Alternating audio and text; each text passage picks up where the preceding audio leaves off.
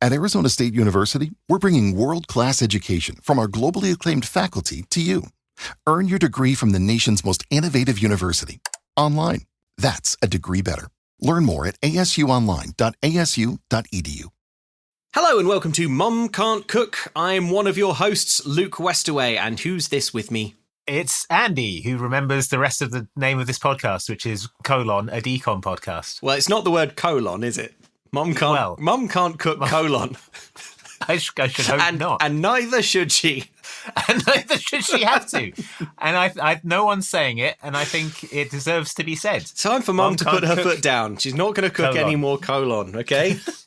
All right. So just stop asking her. Yeah. I'm Andy Farrant. Thank you for joining us for our Disney Channel original movie podcast. Yeah. Now, what you're about to hear is a recording of our recent live show at the Prince Charles Cinema in London, in which we recapped the cinematic masterpiece that is the Halloweentown 3, Marnie's Revenge, or whatever it's called. Halloweentown High. Yes. It was incredible. Thank you so much to everyone who came. It was a brilliant time. I'm sure that will come through on the recording. And hey, if you think it sounds like a real fun time, then good news, because we are doing another live show, another seasonal live show for Christmas. It seems like a long way away now, but don't worry, it's going to be upon us faster than a raving Santa sprinting at you with claw hands. Faster than Melissa Joan Hart running at you with a pair of handcuffs, because we are recapping the Melissa Joan Hart and Mario Lopez holiday film, Holiday in Handcuffs. Yay! In which Melissa Joan Hart kidnaps Mario Lopez. It's a kidnap comedy. A kidnap comedy. Yeah. If you want to come to that, it's going to be on Monday, 16th of December, at the Islington Assembly Hall in London, and tickets are available now if you go to tinyurl.com/MCC handcuffs. Yep, it's going to be so much fun. All our live shows are fantastic, and this one is in a just really gorgeous theatre. Tickets are selling quickly, so snap them up. At the URL that Andy mentioned, which once more is tinyurl.com/MCC handcuffs. Yeah, we'd really love to see you there. It'll be a bit like this thing that you're about to hear, which is us doing it live, talking about... which is us doing it live. Doing it live, talking about Halloweentown High.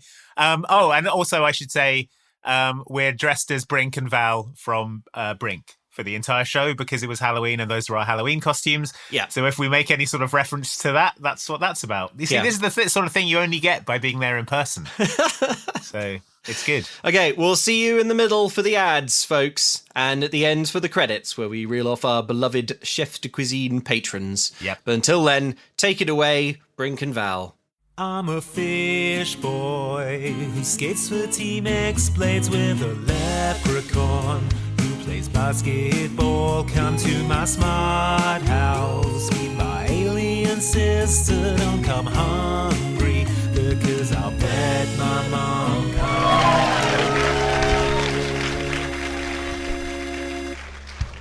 Hello. Hi. Hello. Hi. Hi.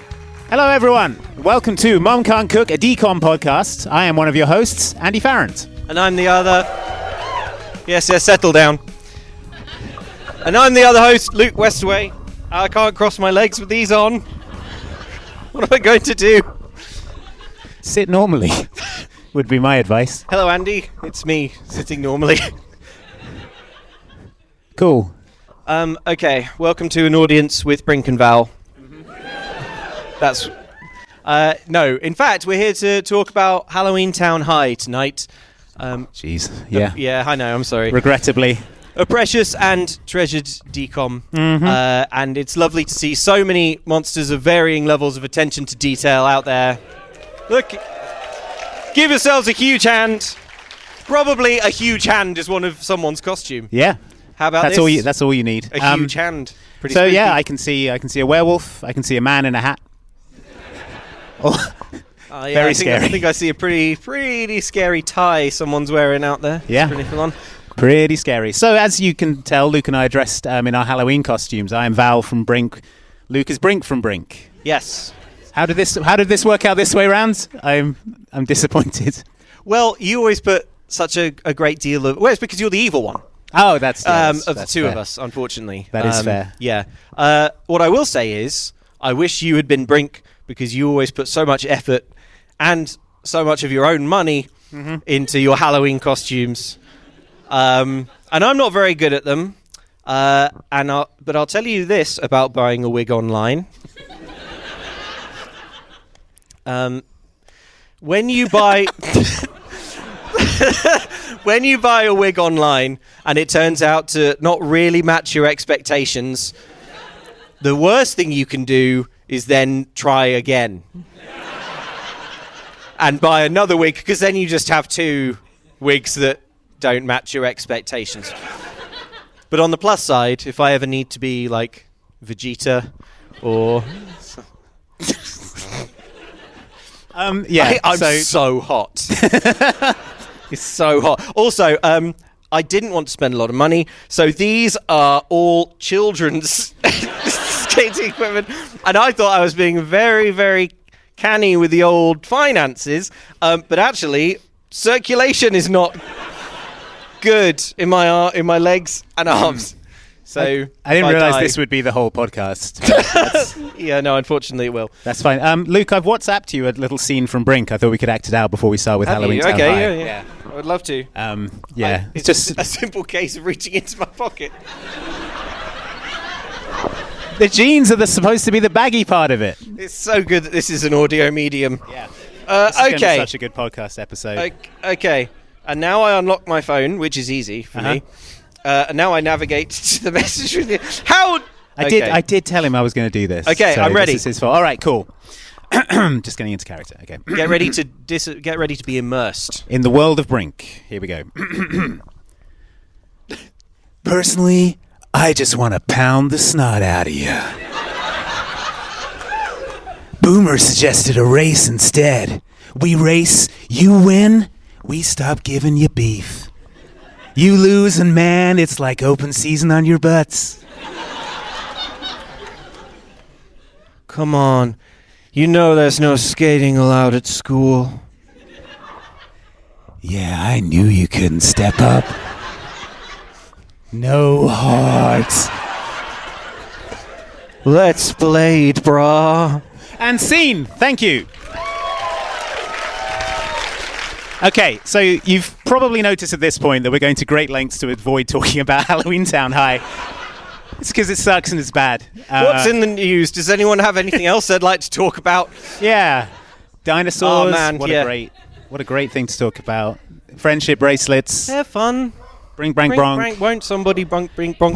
Won't somebody talk about anything? But hey, that's a pretty cool graphic. Yep. Enjoying that as well. No, we got to do it. We got to do it. Okay, welcome to the show. So Halloweentown High is the third installment of the Halloweentown franchise. Yes. Shall we? Should we watch the promo? Should we see the promo for the Halloweentown High movie? Yeah. Okay. Yeah. Okay. Here we go. Roll tape. Being the new kid at school can be scary. She came with the rest of those foreign exchange freaks. Especially if you're a monster. You're a big pink furry troll. It's the gang from Halloweentown. Need I remind you, I'm a witch. Marty! And homework is the least of their worries. I pity the knight that has to tussle with you. Lucas Grabeel from High School Musical stars with Kimberly J. Brown. We are so gonna do this. In the Disney Channel original movie, Halloweentown High. Tomorrow at 8/7 Central. Okay, so I think that promo was after, like a few years after the movie had come out, and then Lucas Grabeel had been in it, and they were like, oh, now... There's something good in the film now. Yeah.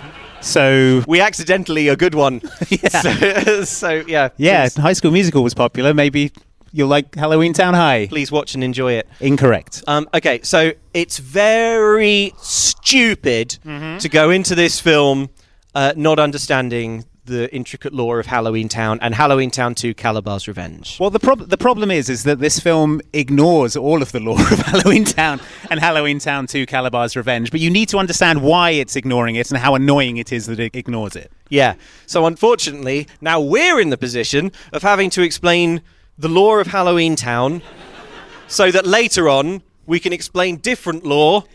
We can explain why it contradicts the law. To juxtapose laws, and then you'll be like, I see what you mean, Luke and Andy. This movie is bad. Yeah. No one has thought this much about Halloweentown. No. Not even the writers of Halloweentown. No. They thought the least of all.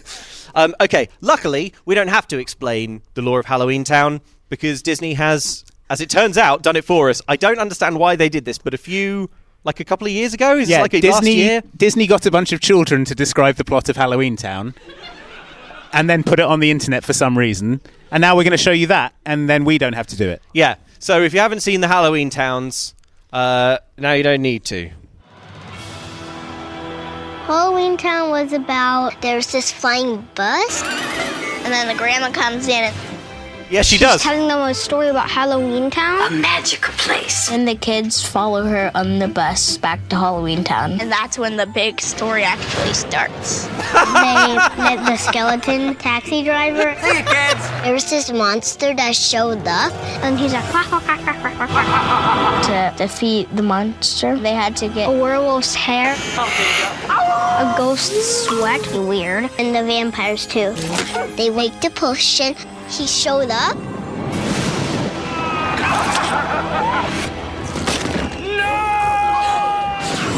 The pumpkin lit up, and he went away. And they're going back to the human world, and Grandma gets to come too. I think she's gonna have a very happy life there. Incorrect. Watch Halloweentown on Disney Channel. Well done, kids. I'm pretty sure the pumpkin lit up and then he went away is in the original script. He did go away, though. He did go away. The thing that I enough. really enjoyed about that was that even these children are pointing out the pacing issues of Halloweentown. So That's when the story begins. At about the 25-minute mark. 25-minute mark, yeah. Okay, well, let's start talking about Halloweentown High, which is not a good film. All right, Okay. then. If you're going to be like that about it. Yeah. Yep. You got your notes. No. I'm just looking at a picture of Debbie Reynolds on your laptop. Just looking. Yeah, that's my notes. Okay, fine. You start. All right, I'll start. Okay, so the film opens, much like John Carpenter's Halloween, with a picture of a pumpkin. There's narration which talks about the history of Halloweentown. It says, "For 1,000 years, the worlds divide. Creatures of magic in Halloweentown reside." And my notes immediately stop there, 18 seconds into the film, to say, sorry, I don't think that's actually what happened. It isn't, no. No, also not all creatures, because Marnie's mum lived... It doesn't matter, it's fine. So, witches and goblins forced to take flight, driven away by evil iron knights. I've stopped my notes again to say, what? This wasn't how it was explained in the last film. We've never heard the Iron Knights mentioned, but here they are. Yes, so we see an iron knight... draws a sword and is sort of wandering around Marnie's garden. It's not important. So we open with Grandma Debbie Reynolds. Yes. She's asking Marnie, who is the main character of Halloweentown, who I hate. She's.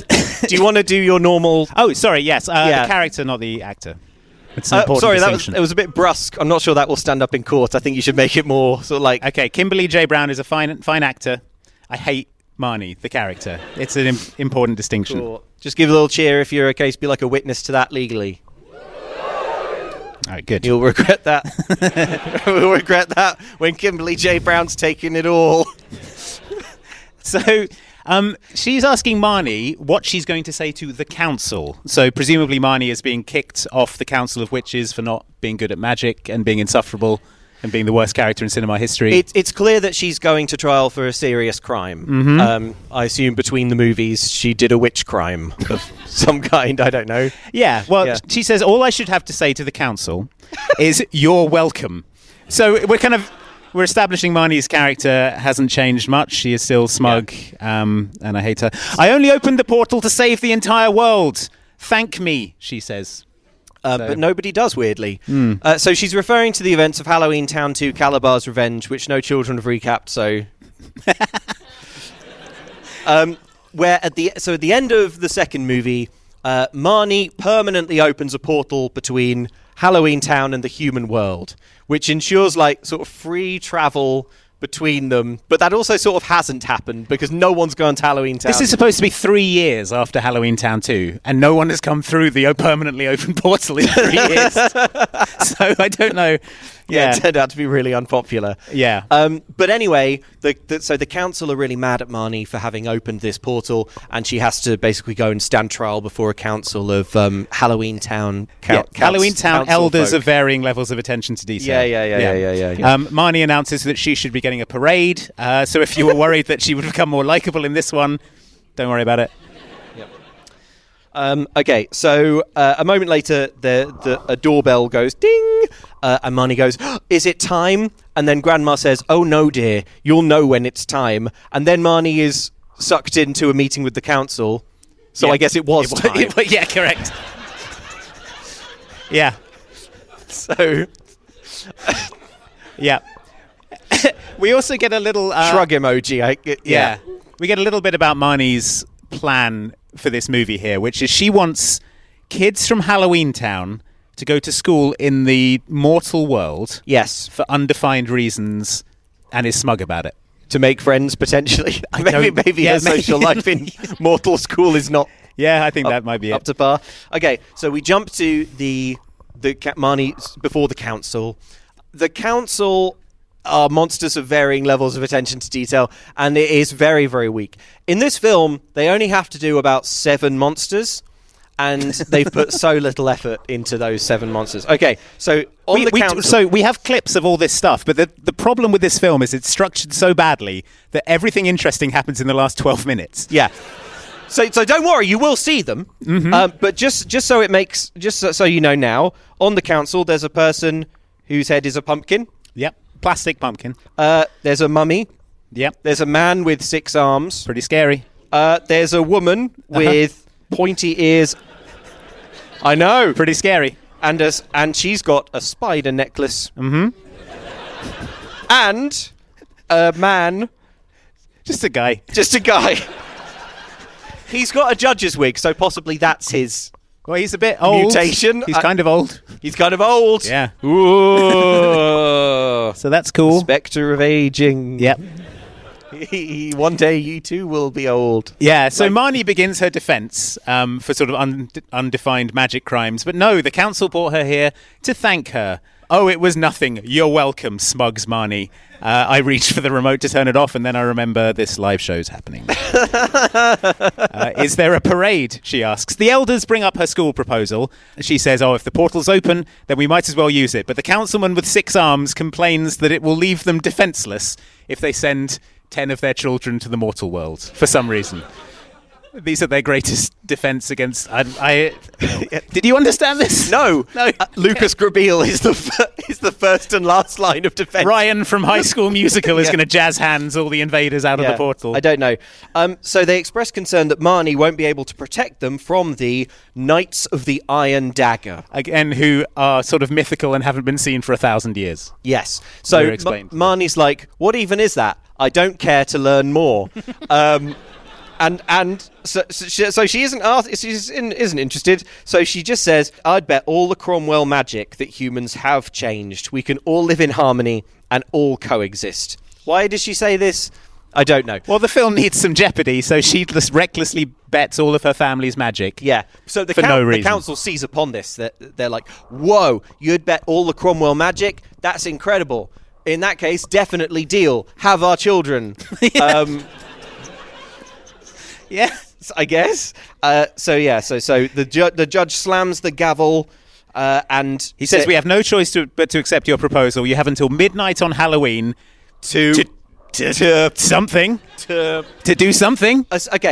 Okay. By the letter of the law, I think you have until midnight on Halloween to prove that humans can live in harmony. No one says that or makes that clear. And also, how is that being measured? Because I'm certain that by midnight and Halloween in 2004, 4, there was no proof that humans could live in harmony. Right? Yeah. Probably didn't happen. But anyway, so that's the deal. It's like you've got until midnight on Halloween to prove that humans can live in harmony. So having made this wager, Marnie is sent spluttering back through the portal. Oh, hang on. Getting new microphone. Edit point here. Mm-hmm.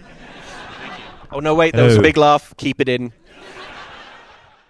Hey folks, it's Luke here. Just a heads up, at this point in the live show, myself and Andy are going to switch to a different recording setup because these microphones that you've heard thus far weren't really working very well in the room. No one could hear us that great. So from this point on, the sound is going to be a little different, but hopefully you can still hear everything. All right, back to the show.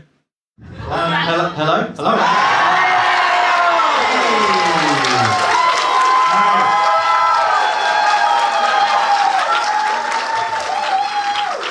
it turns out that Marnie's mum went out with the boogeyman on a date.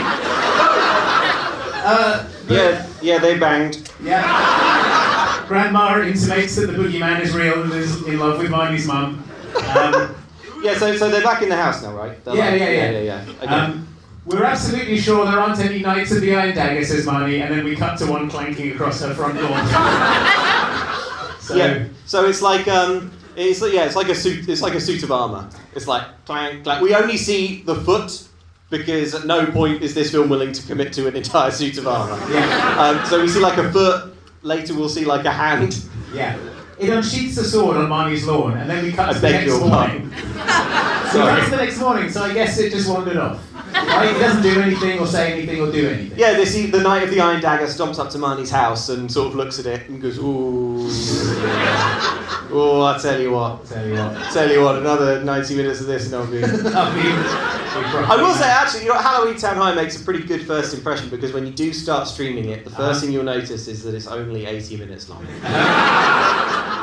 And that includes credits. So yeah, and it includes credits and Disney Plus credits, which is like all the different subtitle languages and stuff. So we're golden. Okay, so we cut to the next morning. No one has been murdered by knights. Mum has brought in special Halloween cereals for the exchange students, such as grasshopper flakes, which are apparently the only thing gremlins will eat for breakfast. I don't know. Yeah, there's also... Marnie says, I think his name is Bobby, because she's a paragon of tolerance and everyone's worse than her. Yeah. Okay, so now is the time to reintroduce Marnie's brother, Dylan. Does everyone remember Dylan from Halloweentown? He didn't make it into the kids' recap because of his weak contributions. He is very unlikable. He's like a nerd. Yeah, that sucks. So he's kind of like, he's sort of giving Marnie a hard time. He's whining. He doesn't want to share a bathroom and he doesn't want to share a house with all of these like Halloweentown foreign exchange students who are going to be coming to live in his house. But Marnie says, don't worry, I have a solution. Her solution is she's going to do a magic spell to make the Piper house bigger, like 7 rooms bigger, give it like loads of extra bedrooms. Dylan says, that doesn't sound like a level 1 spell. And it's at this point, and Marnie says, I'm almost at level 2. We are 3 films in, and Marnie's a level 1 witch. She should be killing boars in Elwyn Forest. So, level 1? Yeah. And Dylan, who doesn't do magic, is able to identify a level 1 spell as well, so I don't know how that happens. But outside, some joggers go past, and we see, like, inside Marnie is casting the spell, we see the house shrink, presumably killing everyone inside. Marnie, says Mom. Sorry, says Marnie, and the house goes back to normal. Again, something you'd think we would have a clip of, but there's so much later on. Yeah, trust me, when you see the later clips, you'll be like, I'm glad I didn't see that stupid house going big. Okay, so... In the kitchen, everyone is, like, clutching their necks, like they've all been crushed by the house. So they suffered neck injuries when the house shrunk. It's just part of living with Marnie. You have to expect that her spells will give you neck injuries. So Mum comes in and she's like, Marnie, you level 1 dingus, you suck. And then she does the spell properly. So now the house is just magically bigger. And we cut to high school because it's the first day of Marnie's grand experiment. Is this a good time to rag on Marnie's grand experiment for a very long time? Yeah, probably. Okay. Right, so Marnie... To reiterate, the plan is to prove that humans are ready to live in harmony by having a load of monster kids from Halloweentown attend a mortal high school. Yeah. Okay? To reunite the world. To reunite the world. Yeah. So it's a little confusing when all the monster kids show up for their first day of school and they're all wearing human disguises. Yeah. Cheap. Well, it's not even cheap, they're just actors. Yeah. So one of them is wearing Lucas Grabeel's skin.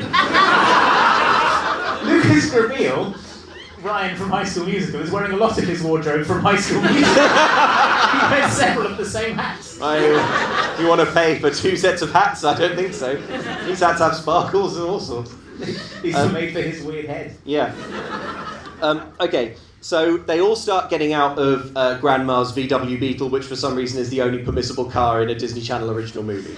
Yeah, so Grandma is wearing normal old lady clothes and she doesn't know how to drive. She says she asked 2 leprechauns that she knows to help work the pedals for her.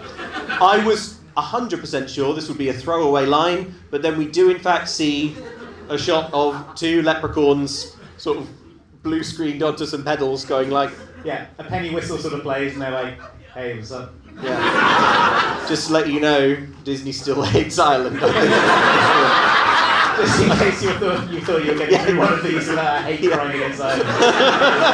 Yeah. No way. Okay, so... The first student also exits the car clearly stepping on and crushing the legs. A sad fife plays. Oh, Danny. Oh.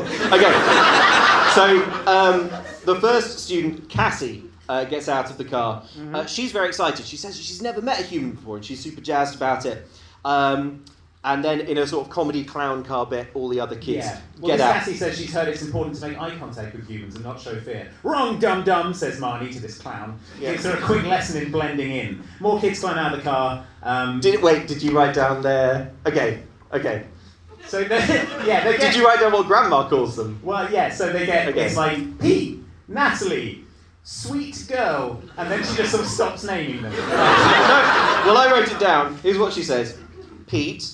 Natalie, sweet girl, this girl, big ones, Chester, Ethan Dalloway. Ethan Dalloway is Ryan from High School Musical. It's never made exactly clear which one of the monster kids is called Big Ones. So when you watch the clips, just think, is that Big Ones? I think I know which one is Big Ones. Yeah, I think that's fair. Marnie is like, I'll be your student advisor. If anyone asks where you're from, say Canada. Yeah, and Marnie stresses how important it is they all blend in. Why? The whole point is that she's supposed to be proving that monsters and humans can live together in harmony. Yeah. How is that point proved if no humans are ever aware that the monsters are going to their high school? Yeah, it's important to Marnie's plan that they all look like humans and act like humans and don't draw attention to themselves and are humans. So this will show Halloweentown. This will show Halloweentown that humans are ready to accept monsters. They're ready to accept Canadians. And as it turns out in this film, they're not even ready to accept Canadians. They're like those freaks. Yeah, everyone's like, oh, there's Canadians in the cafeteria again. Yeah, everyone's mad. Poutine and loving hockey. My note is, what the f*** is the point in this? But I could write that at the top of every episode, so it's not really fair. We're also introducing this scene to Grandma's luggage, which is an alligator skin suitcase that has legs and a tail and kills and kills and kills. It makes noises like it wants to die. It's like... So it's really gross, really, really gross, and the CGI has made it worse over time. Okay, so we cut to the principal's office. The principal is a big character in this film. He has a budgie in a cage, like a normal principal would. But not for long, because... Here comes that luggage again. Yeah. Grandma's crocodile bag wanders off and kills it. Yeah, the bird was called Peepers. It's now been killed and eaten by Debbie Reynolds' luggage. Don't name it, Eisner, if the luggage is going to kill it. Okay. Yeah, so the point of this scene, apart from the horrible murder of this bird, is that Debbie Reynolds, Grandma Cromwell, has got a job working as a teacher at the school as part of this baffling exchange program. She says... Why? I don't know. It can only harm the plan to keep the whole thing to blend in. Also, she's not interested in blending in. No, she won't stop doing magic. Or killing birds. She walks into the principal's office and kills his bird. Right in front of him and dares him to say anything. But this scene is also vital because it introduces Grandma Piper's arc in this movie, which is that new character thing, which is extremely horny for the principal. I found this a distressing B plot to Halloweentown High. Distressing development. Yeah, it's almost like they were like, hey, we didn't think Debbie Reynolds would do Halloweentown, and she did. Like, legend of stage and screen Debbie Reynolds, how can we further humiliate her? Like, let's make her in this one be all horny for the principal. I felt it was more like Debbie Reynolds turned up on set with a hunk and they had to write it in. Debbie Reynolds is like, yeah, I'll do the third Halloweentown on one condition. This is Rodrigo. He will be in the movie. And we'll be doing it the whole time. We will be doing it in every single scene. So if you can write around that or whatever. Okay, so that's So Debbie Reynolds and the principal are like in every scene. They're sort of like pouring at each other and touching each other and taking each and stuff. Doing like sex stuff and. But there's romance everywhere you look. Because then we cut to the high school hallways where Marnie is walking along with the Halloweentown kids, and suddenly she sees a boy who she's not met before, a handsome hunk whose name is Cody. Yep. It's his first day. Can I join your tour group? He says. No, says Marnie. Charismatic as ever. I'll see you around then, he says. Sure, it's not a very big school, says Marnie. She then walks off biting her thumb like this was some kind of hot and flirty interaction. Sort of like a brutal shutdown with Cody. Yeah, so Marnie's all blushing and stuff. We cut to science class. In science class, Grandma Aggie is teaching a biology lesson. Yeah. She says, let's open our books to chapter 1. That's all she says. And two boys in the front row go, what is she talking about? Has she ever taught in her life? No teacher would ever suggest opening your book. No real teacher. But don't worry, because Grandma Aggie, whose mission is to blend in, has a subtle technique, a subtle piece of witch magic to keep these kids in line. Let's see it. Yeah, she looks at the one boy who said that and she makes this face. The boy dies. You can see in this shot that all the other children are looking and look upset because the eyes came out of their teacher. Of beloved screen actress Debbie Reynolds. Yeah, Debbie Reynolds like, yeah, I'll do Halloweentown 3 on one condition. My eyes come out. Write it in. Rodrigo suggested it. He's a genius. Give him a producer credit. But yeah, so the boy sort of dies of fright. No one else in the class notices that Debbie Reynolds did this to her face. Well, they do. They all just look and go like, ah, as you would. And then I suppose all think that I don't know, there must have been like a gas leak or something. So Marnie comes in late. Yeah. She sits next to the sexual hunk Cody. Yeah. They do like some science experiment. Yeah. So Grandma is like a simple experiment: sulfur plus iron ore, which creates a living parrot. Is it Peepers? It's maybe the soul of Peepers was just hanging around. Peepers found another parrot to jump into. Sure. Yeah. I must have gotten a little help from the magic, she says. It's not an exact science, this science. Again, this is Grandma Aggie who's supposed to be blending in. Mm-hmm. So the kids are like, I don't even care that a parrot appeared. I assume this is like Disney making a comment about Gen X. I don't know. They're all, at least Kurt Cobain's, they're all like, I don't even care about a parrot. Or whatever. Yeah, show the parrot to Kurt Cobain, he'd be like, I don't even care about that. Not even interested. I don't care. I don't care. I have no strong feelings. Anyway, here's lithium. So yeah, Grandma says, I found us, as in the Halloweentown exchange students, the perfect place to meet, and she hands Marnie a piece of paper. Marnie places it in her book, and then Sexual Cody pulls it out when she's not looking, and it's a number. Could you be more clear about pulls it out when she's not looking? I do not. No, I don't intend to do this. Later, just ignoring this enormous breach of privacy, Marnie later goes and puts these numbers into a locker. Yeah. Someone is watching her do this sinisterly, like some kind of Knight of the Iron Dagger or something. Yeah, some kind of knight who's clanking around in the high school, completely unnoticed by anyone. The note I have at this point is that this movie feels like The Faculty, but from the point of view of the monsters. Yeah. But if the monsters were terrible. Uh-huh. Okay, so the secret meeting place that Grandma was telling Marnie about is a locker, and when Marnie gets there, she's dragged into the locker by magic to a secret monster common room. Mm-hmm. Considering that this whole thing is Marnie's plan, she doesn't seem to know what the plan was. Sorry, I just realised that's still up there. Okay. She doesn't seem to know what the plan is. She doesn't know about this common room. No. She's like, oh, I see. We'll have a common room, will we? Yeah. Marnie, it was your plan. Well, they don't like to tell Marnie things because they hate her. I see. They didn't want to tell her where their meeting room was because Marnie might show up. Then they'd have to be with Marnie. So the kids are all here in this common room. It's a safe space for them to quote, be in their true forms. Yeah, says Aggie. Let's see the monster's true forms. Can I please take this off now?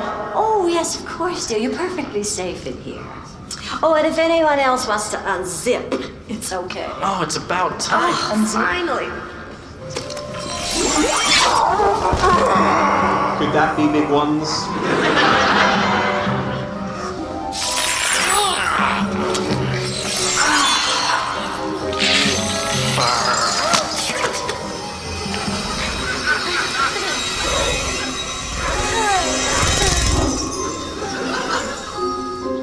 Oh no, things are definitely not what they seem. How much longer do I have to wear this stupid human suit? Said big ones. You guys have to remember that to most humans, you don't exist. You're make-believe. But hopefully, over time, we can change all that.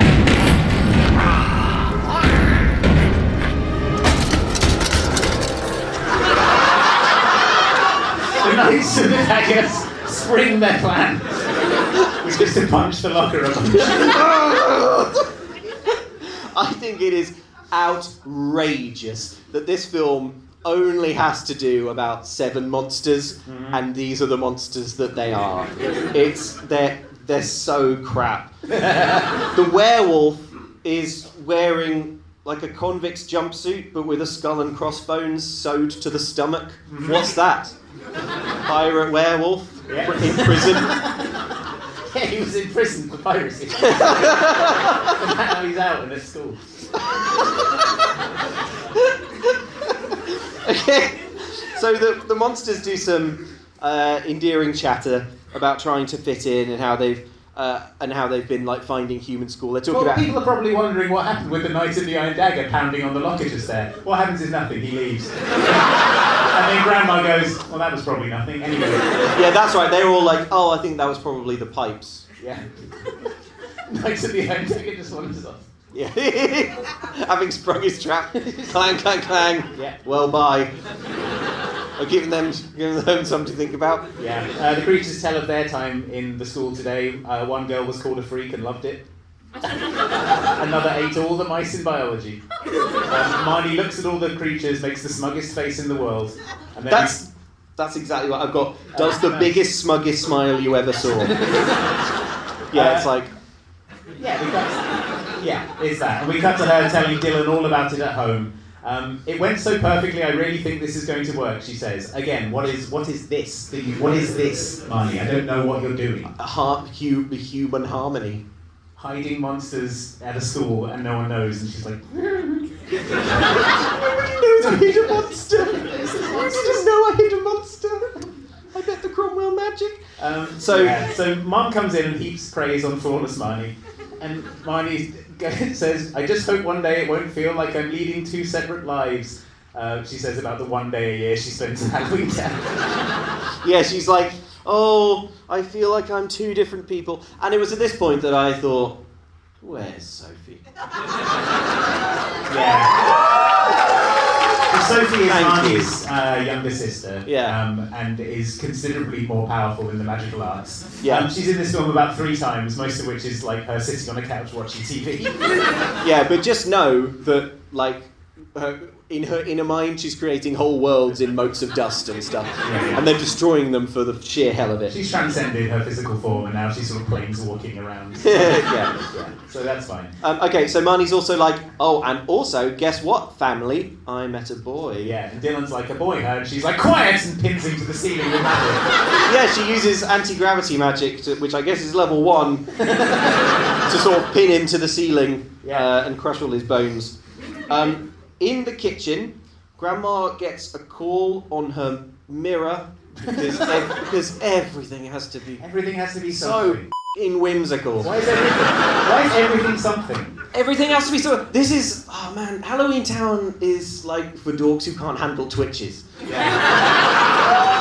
thought the whole point was they spoke on those little shrunken heads, and now they're all talking on mirrors. If you said that to the people who made Halloweentown High, they would go, oh, yeah. But they would be like, well, I haven't seen Halloweentown. So I thought this was Halloweentown too. There's 2 other movies. There's another one? What's it called? Calabar's Revenge? Who's Calabar? Can you just spoil the first movie for me? You know this is directed by the guy who directed Pixel Perfect. Yeah, so that explains it. All the pieces fall into place all of a sudden. Yeah, so Grandma gets a call on her mirror. It's the head of the council, Mr. Dalloway. He is the father of Ethan Dalloway, Ryan from High School Musical. He wants a status update. The hopes of all of Halloweentown are on you, he says, and Marnie rolls her eyes. I never knew the weight of the world could be so heavy, she says, and I again reach for the turn off button. But it can't be turned off. Next day at school, they're all approaching the high school. Sorry, I just should point out that Dylan never is let down from the ceiling. He spends the night up there. It's implied it's actually hurting him quite a lot to be up there. Yes. But, like, I think that's a good thing to happen, though, because of Dylan's personality. He reveals that he slept on the ceiling, and Marnie's like, God, I said I was sorry. How long are you going to go on about it? Yeah. Dylan, you shit. Shut up, Dylan, or I'll reverse gravity now while you're outdoors. See how we like that? Like Team Rocket, you just like... into Even if I undid the spell now, he's exited Earth's gravity. He'll never come down now. Yeah. So, the next day at school, all the monster kids are rocking up to high school, and Marnie's like, okay, follow me and I'll show you all to your classes. And the monster kids say, Marnie, we don't need you to show us around all the time. And Marnie's like, yes, you do. I'm the great and flawless Marnie. I'm the great and flawless, and they're like, I think we got it. It's high school. It's not that complicated. Yeah. Marnie's like, shut up. But then Sexy Cody comes up, and so Marnie ditches the students that are the fate of Halloweentown. Yeah, and the fate of her family magic. Of course, yeah. Cody was wondering if sometimes she'd like to, but then Grandma, she's up in a window and she sort of calls Marnie in, and she's like, I won't let you finish this 8-word sentence I'm leaving. Yeah. So that's still going. That's extremely hot. I see my grandma screaming in a window like a Victorian ghost. better get up there. So Marnie storms furiously into Grandma's classroom. This is kind of up on like the 2nd or 3rd floor of the school to see what all the fuss is about. The music goes sinister as she enters. Grandma gestures out of the window down into the quad, where something truly frightening can be seen. Shall we see it? Yeah, let's see it. This is the view that awaits Marnie.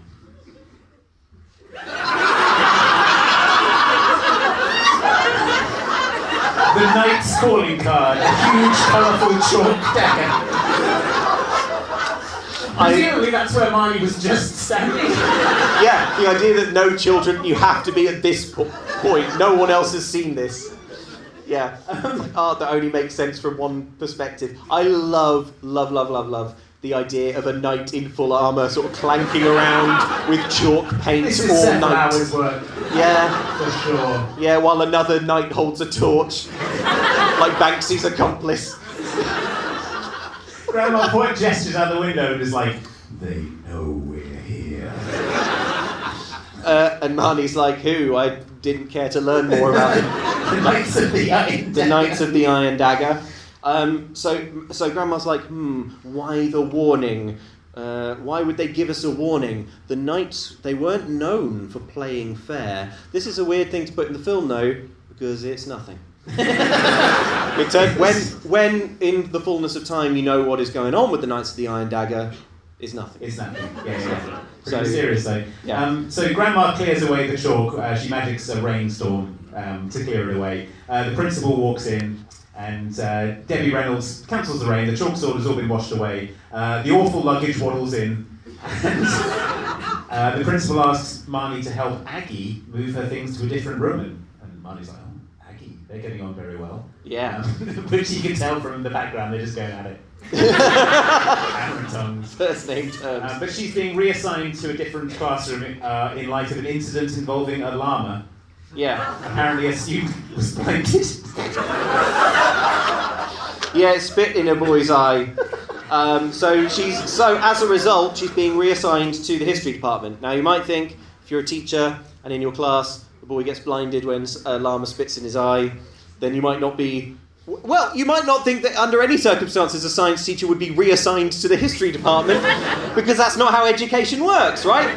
You specialise in teaching a subject. Well, llamas are sort of science, aren't they? No, I agree. They are science. So why is she being reassigned to history? Because there won't be any llamas. Is she going to do any damage with not llamas? That's true. So anyway, the subtext is that she's doing a bad job at teaching, and she's doing loads of magic, and she's blinding the children. But she still has a job because she's doing it with the principal. Yeah, but the principal's like, oh, yeah, I'll reassign you to anything rather than see the back of you because... Yeah, exactly. I love you, Debbie Reynolds. So they're flirting. Aggie and Marnie leave, and then the principal looks out of the window at where the dagger was, smiles sinisterly, and leaves. Yes, that's right. I heard a gasp there, so... I guess the film worked on someone. Or we're doing a better job of making it. Sorry. Yeah. So there's an announcement over the PA that varsity football practice has been cancelled due to Debbie Reynolds' weather magic. Marnie begs Grandma to not draw any more attention to themselves. And then she starts teaching history class and drawing an enormous amount of attention to herself. Yeah. Welcome to History, though modern fiction might be a more apt title, begins Grandma, and then she leaps into a vague monologue about how she remembers the Renaissance and how ancient people smelled of hummus. She said a lot of stuff that, very clearly implies she's been alive for hundreds of years. Everyone is sort of nonplussed at this. She says, Columbus did not discover America. He couldn't find his socks, let alone the continent. Marnie does a spell to fast forward the clock to the end of the lesson before Grandma can say anything controversial about Marnie's hero, Columbus.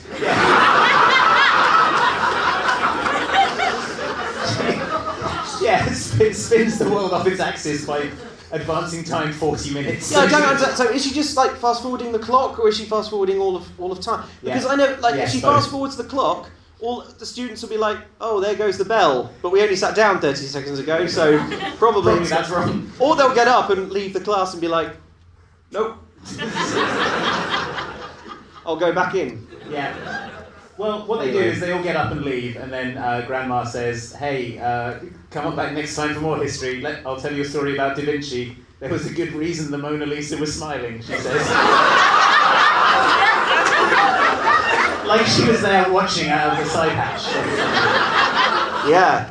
So, I've got a mental picture that I'm painting, and I won't describe it.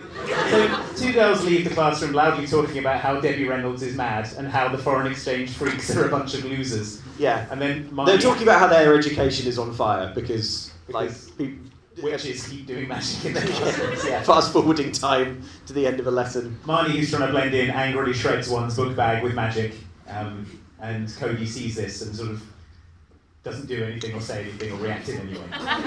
Yes, but just file away that Cody has seen a thing happen. File away that Cody's eyes are working okay.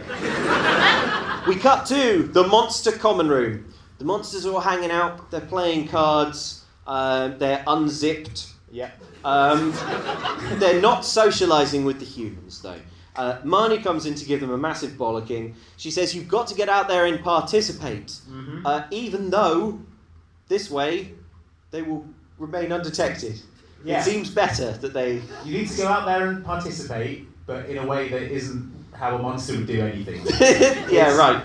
So she throws an apple to the werewolf, who scampers up the wall and catches it in his mouth. You should try out for the football team, she says. Yeah, no one will be suspicious of you doing that unbelievable thing you just did. Yeah, it's normal to run up a wall and catch the ball in your mouth. Nancy the fairy has suggested gardening club, because there's no better gardener than a wood nymph, apparently. Is this anything? Yes. Chester the ogre has suggested the wrestling team, because he's big one. He doesn't like wrestling. No, he can't be big ones, because big ones is different to Chester. She says Chester. Oh. It's a different one. Well, Chester's the big one. Okay, so big ones is not Chester. Wow. Okay, the mystery deepens. Interesting. Who is big ones? So Ethan... Yeah, they keep going. He likes stamps. There's a club for that. I always wanted to be in a play, says Ryan from High School Musical. I bet you did. Yeah, so that he can bop to the top and scoot around the corner. We're here to make connections and celebrate common bonds, says Marnie. I've just written 3 question marks. We're here to, what is it? We're here to make connections and celebrate common bonds. Common bonds. Yeah, between monsters and humans. This is nothing. And they're all it's nothing. So Cassie has an idea as well. She suggests that all of the clubs are doing a booth for the big upcoming Halloween carnival. Yeah. We should do a booth too. Yeah. We, loose assortment of, I guess, Canadians. We can have a Canadian haunted house. All the scariest Canadian stuff, like Timbits. A raccoon. Yeah. And you haven't had your shots. Yeah, Dan Aykroyd. So it's settled. Everyone's going to sign up for something. I pity the knight who has to tussle with you, says Debbie Reynolds. Then pats one of the 2 suits of armour they have in their clubhouse. And we see its eyes go. So the Knight of the Iron Dagger. If I were being stalked by an order called the Knights of the Iron Dagger, I would not have suits of armour in my clubhouse. In the clubhouse. Yeah. Yeah. How about this though? If I was a Knight of the Iron Dagger and I had made it into the common room with all the unsuspecting monsters, I would lay about them with my sword. Instead of standing stock still in the corner, waiting for them all to leave. It's just sort of going, woo, with my eyes. This is so weird. I would cleave them in twain with my broadsword. I'm imagining it vividly. This is like if Jason Statham tweeted that he was going to kill you. And then you went out and bought a mannequin of Jason Statham and put it in your living room. To be fair, I think when Jason Statham got into your living room, that would confuse him for possibly the split second you need. I think you're right. In that split second, the paint can swings down from the ceiling. Ah, okay, you Home Alone to your house. Yes, but unfortunately, I aimed the paint can at the mannequin so realistically. So, yeah, well then, he would think that he died. Yes. Oh no, I'm tired. I hope I go to heaven.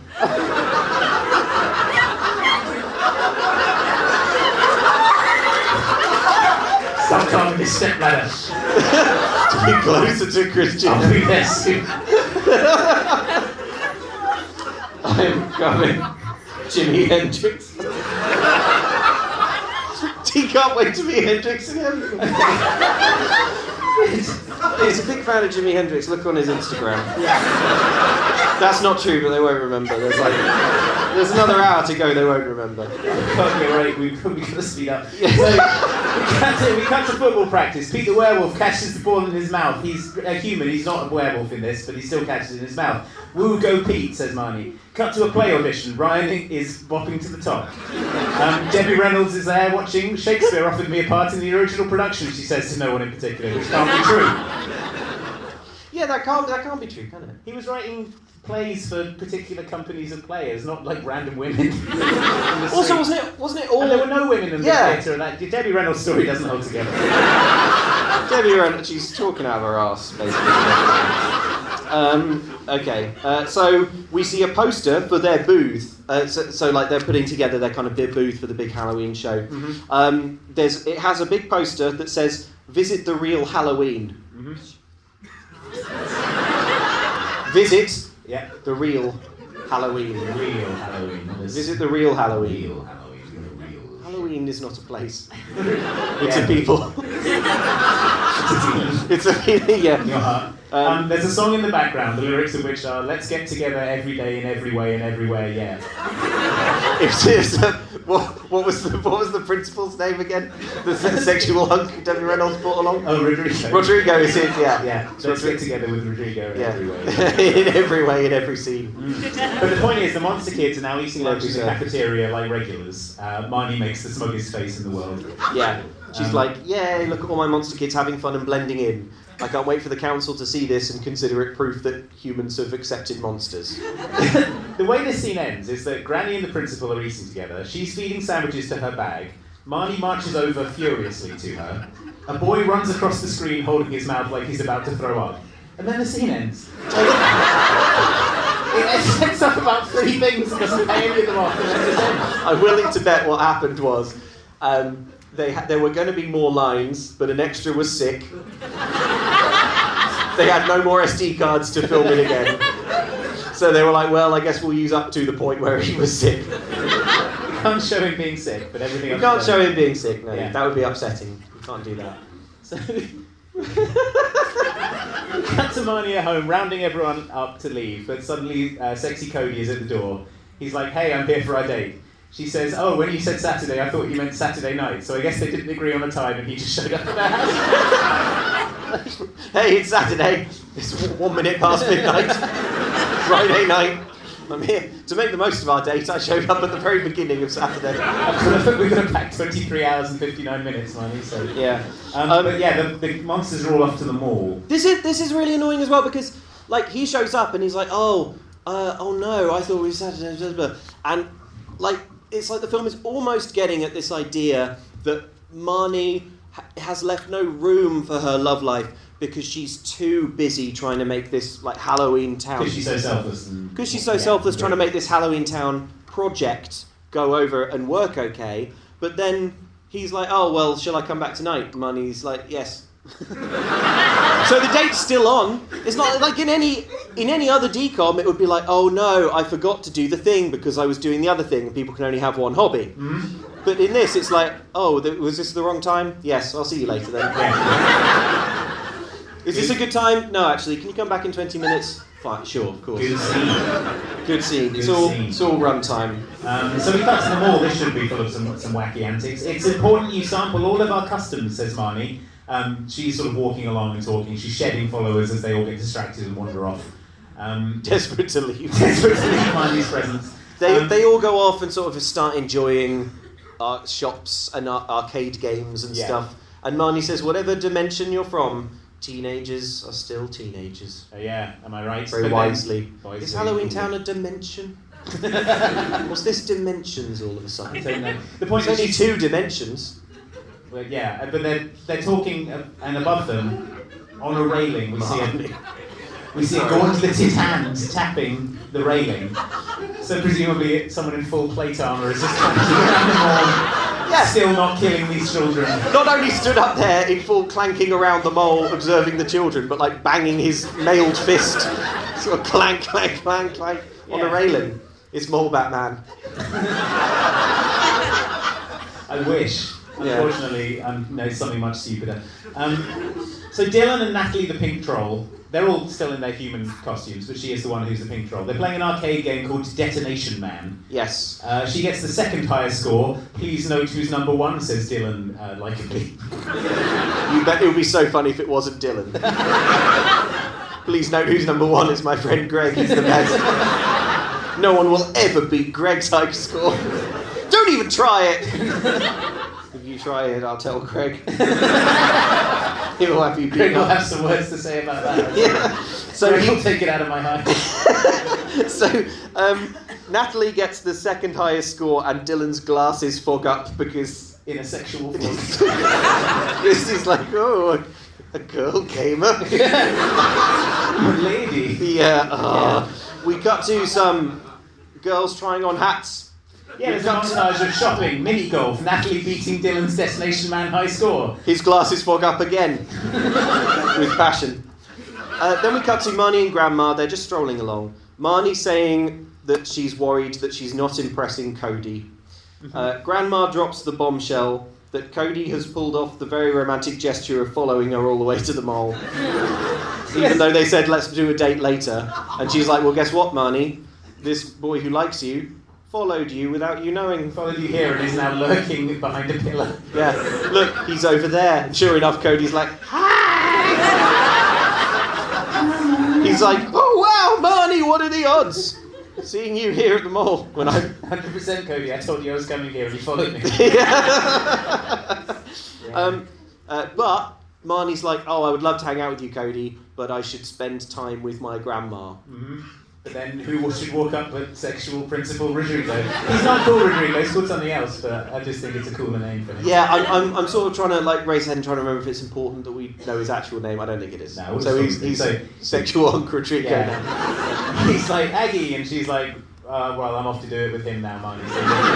So yeah. You're free to stay here with me. She's like, I'll catch you in 20 minutes, Mike. Yeah. So the monster gang are all together. They see a Halloween store at the mall. They look at the window display at an insulting depiction of what I would consider normal Halloweentown residents. Like a werewolf. I would say one that... of whom is in their party. Yeah. So they're like, oh my god. Oh my god. Look at that. I can't. Ghost. How insulting. How insulting to suggest that there's a ghost in Halloweentown. Obviously there are many ghosts in Halloweentown, yeah. But still. So they look at this, we're just a joke to them, they say. The music goes as if the film's trying to do something.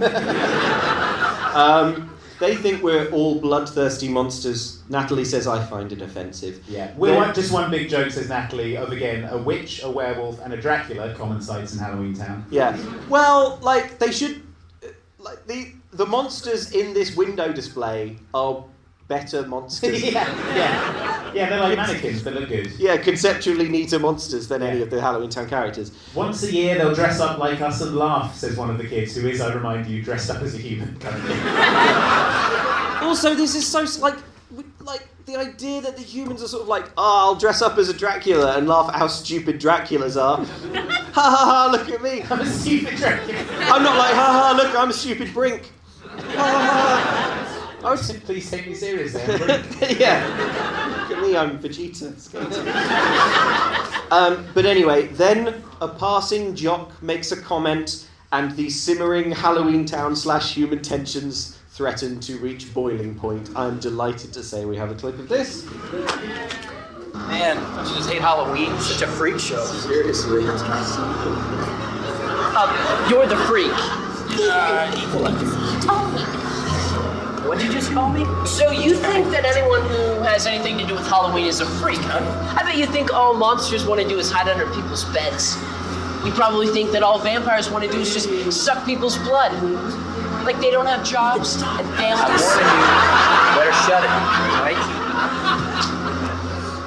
Just back off. Come on, back off. So if Halloween is just about scaring people, then why don't they make a mask out of your face? Why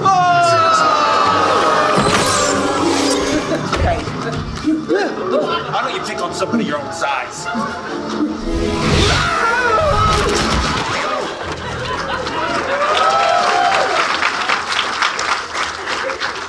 I bet you think vampires just want to drink blood as if they don't have jobs. Hard-working vampires who pay their taxes. If I was this jock, I'd just leave. I'd be like, okay, I've way underestimated what's going on with these children.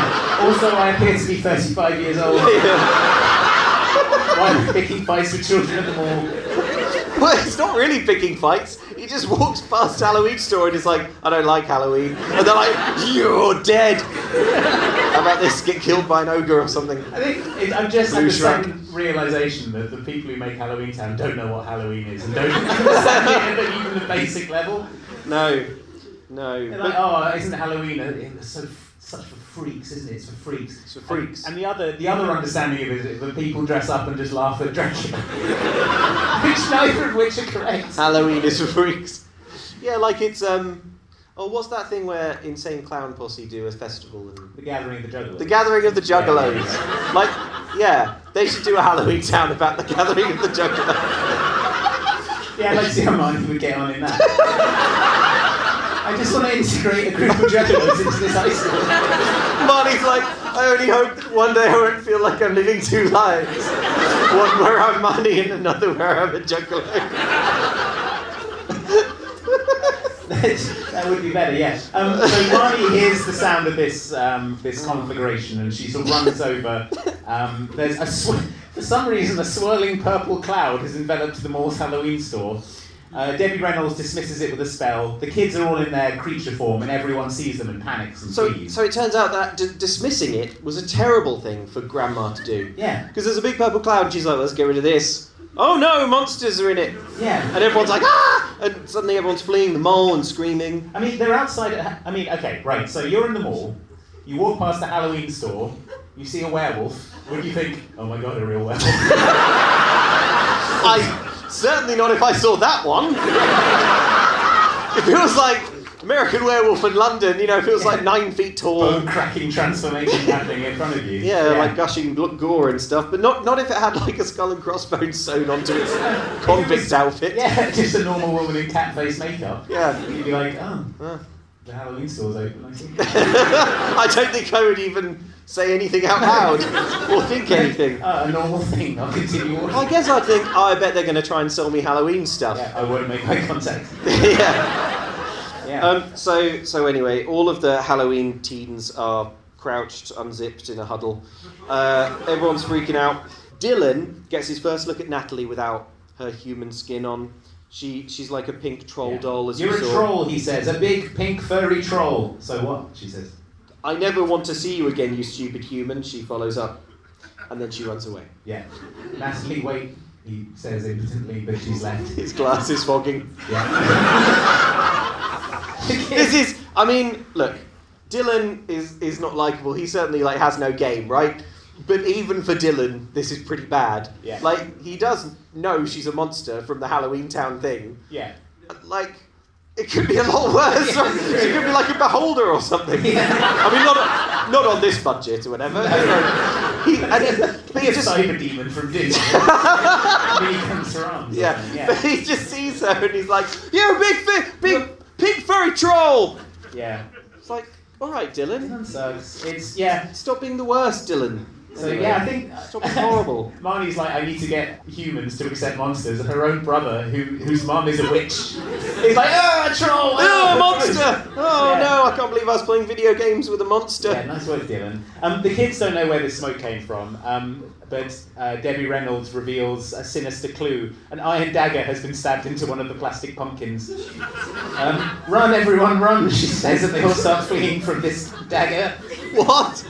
So what? The knight of the Iron Dagger waded into the fray, stuck a dagger in a pumpkin, and then wandered off again. Stick a dagger in one of the children. This is your plan. Oh well, maybe he thought it was her children. Yeah, they have little pumpkin guys, don't they? Yeah. Someone on the council is one dagger. Someone on the council. Yeah. Oh no! I used my dagger. I bought one. Back to the dagger store. But yeah, they run, and then inside the sort of werewolf mannequin, a figure laughs. So at some point, the knight got nude and climbed into the werewolf costume, and is now in there now, sort of chuckling to himself. Again, when you find out who this is and who's doing this, this is nothing. Yeah. We know who it is, don't we? Mm-hmm. Andy, I've decided to become a Knight of the Iron Dagger. Oh, I'm so pleased for you. Is it a hard process to get in? It shouldn't be too difficult. All I really have to do is fit into this suit of armour without hurting myself. Oh, I've sliced myself open on a pauldron or something. He's got some skin pinched in the visor as well. That's nasty. I put the visor down and it cut my nose halfway off. Why did people ever do war in these times? Oh, that's rough. That is rough. Oh, what can I do? Luke, you fool. All you should have done is just drawn a big chalk dagger on the floor. You didn't have to be in armour for that. Now you tell me. You're horribly injured now. You need a doctor. But luckily... I do. Luckily for you, you're in Halloweentown, which, as I understand, is in America. Yes. Controversially, America did claim it. America... planted the flag in Halloweentown. And that's great news for you because it means you can download ZocDoc, the free app and website where you can search and compare high-quality in-network doctors, choose the right one for your needs, and click to instantly book an appointment. That's right, gang. We are talking about in-network appointments with more than 100,000 healthcare providers, not all at once, across every specialty. From mental health to dental health, eye care to skincare, and much more. And some of them will be members of the Order of the Iron Dagger. You just have to look for the signet ring. Yeah. And they will treat your armour wounds, no questions asked. Plus, ZocDoc appointments happen fast, typically within 24 to 72 hours of booking. You can even score same-day appointments. So stop putting off those doctor's appointments and go to ZocDoc.com/MCC to find and instantly book a top-rated doctor today. That's ZocDoc.com/MCC. ZocDoc.com/MCC. Luke, I'm trying to expose Halloweentown while we're here. Right, okay. To the tabloids and stuff to reveal there's a secret world of monsters. Oh, all right. Yeah, okay, that's good. But I was taking some pictures and I was trying to upload them to the National Enquirer. But the data roaming charges. Oh, man. Absolutely outrageous. They want me to pay through the nose. Even though I'm going to get paid loads by the National Enquirer for this picture of a man in a weird hat. Yeah, of course they'll pay top dollar for something like that. Yeah, but I mean, I haven't got the money yet, so what am I supposed to do? I can't pay these prices for roaming data. What you need to do, Andy, is give a massive middle finger to roaming charges. Okay, I'm doing it. Do it with Saily, a new eSIM service app brought to you by Nord Security.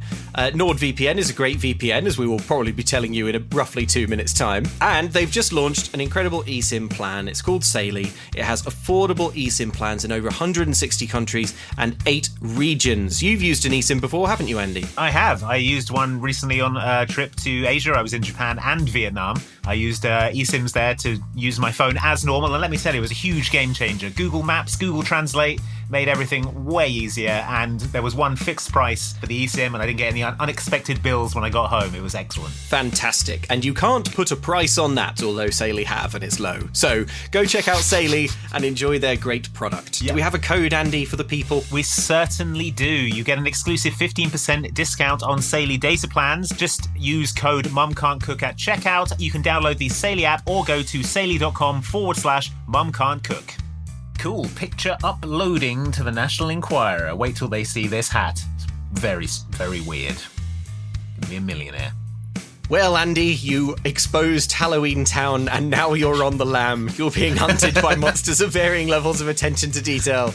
There's a bounty on your head. At all. You didn't think it through. There's vampires and werewolves with pirate flags stitched to them and stuff, and they're all trying to kill you. They're trying to do anything to track you down, including find out where you are through your internet connection, Andy. What are you going to do? I don't know. I've tried not using the internet. I've tried, falsifying my location. I just wrote an update on Twitter saying I was having a nice time in Leicester, but they didn't go for it. Well, they know I'm here. It's only the werewolves right now are ravaging Leicester, but it's only going to buy you so much time. You need a VPN. You need NordVPN. I don't need any VPN. I need the best. I need Nord. That's right. VPN stands for Virtual Private Network.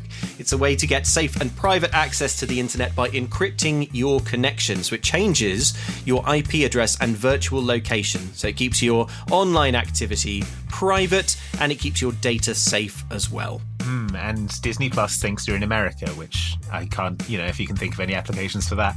I personally cannot, as well. but I cannot. Hey, the uses for Nord are limitless, so see if you can figure it out. So I'm going to visit nordvpn.com/MumCan'tCook, and then I'm going to use code MumCan'tCook, all one word, for 4 extra months on the 2-year plan, and to protect my internet connection and privacy online. Fantastic. NordVPN is a very cool service. I have used it for years, and it comes up with a cool map, and you just sort of click on the country that you want to pretend you're on the internet of, and werewolves will ravage it, trying to find Andy. All right, I'm clicking on the Kingdom of Coventry, and I'm writing, hello, I'm here in Coventry. Yeah, the banging on the door stopped. They're all leaving me alone. They're off to Coventry. Fantastic. Sorry, Coventry. Sorry about it, but better luck next time, I guess. I'm speaking directly now to all the parents out there in Radioland. You've been getting away for too long with giving your children subpar underpants. And to be honest, and we're furious about it. They are going to grow up extremely resentful. Hey, maybe you are a younger person who's listening and you're thinking, hey, these underpants that my parents give me are scratchy, unpleasant, and frankly, my parents overpaid for them. And so I think it's okay to overpay for things because that's the example they set. Yeah, I'm going to take that forward into my life and it'll ruin my life in ways that we can't even imagine at this point in my life. But don't worry, listeners, we have a better way, and that is MeUndies. They have a new line launching, MeUndies Kids, which, as you may have guessed, is their new super soft kids underwear line, featuring 4-way stretch fabric that feels 3 times softer than cotton. That's right. Look, if you listen to a lot of podcasts, and statistically probably you do if you're listening to this one, you'll probably be familiar with MeUndies and the good work they do. So this kids line is pretty exciting. We're talking unmatched comfort. MeUndies Kids has the softest kids undies on the market. That's right, they're responsibly sourced. They use sustainably sourced materials and work with partners that care for their workers. And there are cool prints that will appeal to your children, or if you are a children, will appeal to you. We're talking dinosaurs, we're talking penguins, talking pizza slices, the 3 animals that children respond best to in testing. That's right, so you can check out the brand new MeUndies Kids line today. To get 20% off your first order plus free shipping, go to MeUndies.com/MomCan'tCook and enter promo code MomCan'tCook. That's MeUndies.com/MomCan'tCook. Once more, that code is MomCan'tCook for 20% off plus free shipping. MeUndies, comfort from the outside in.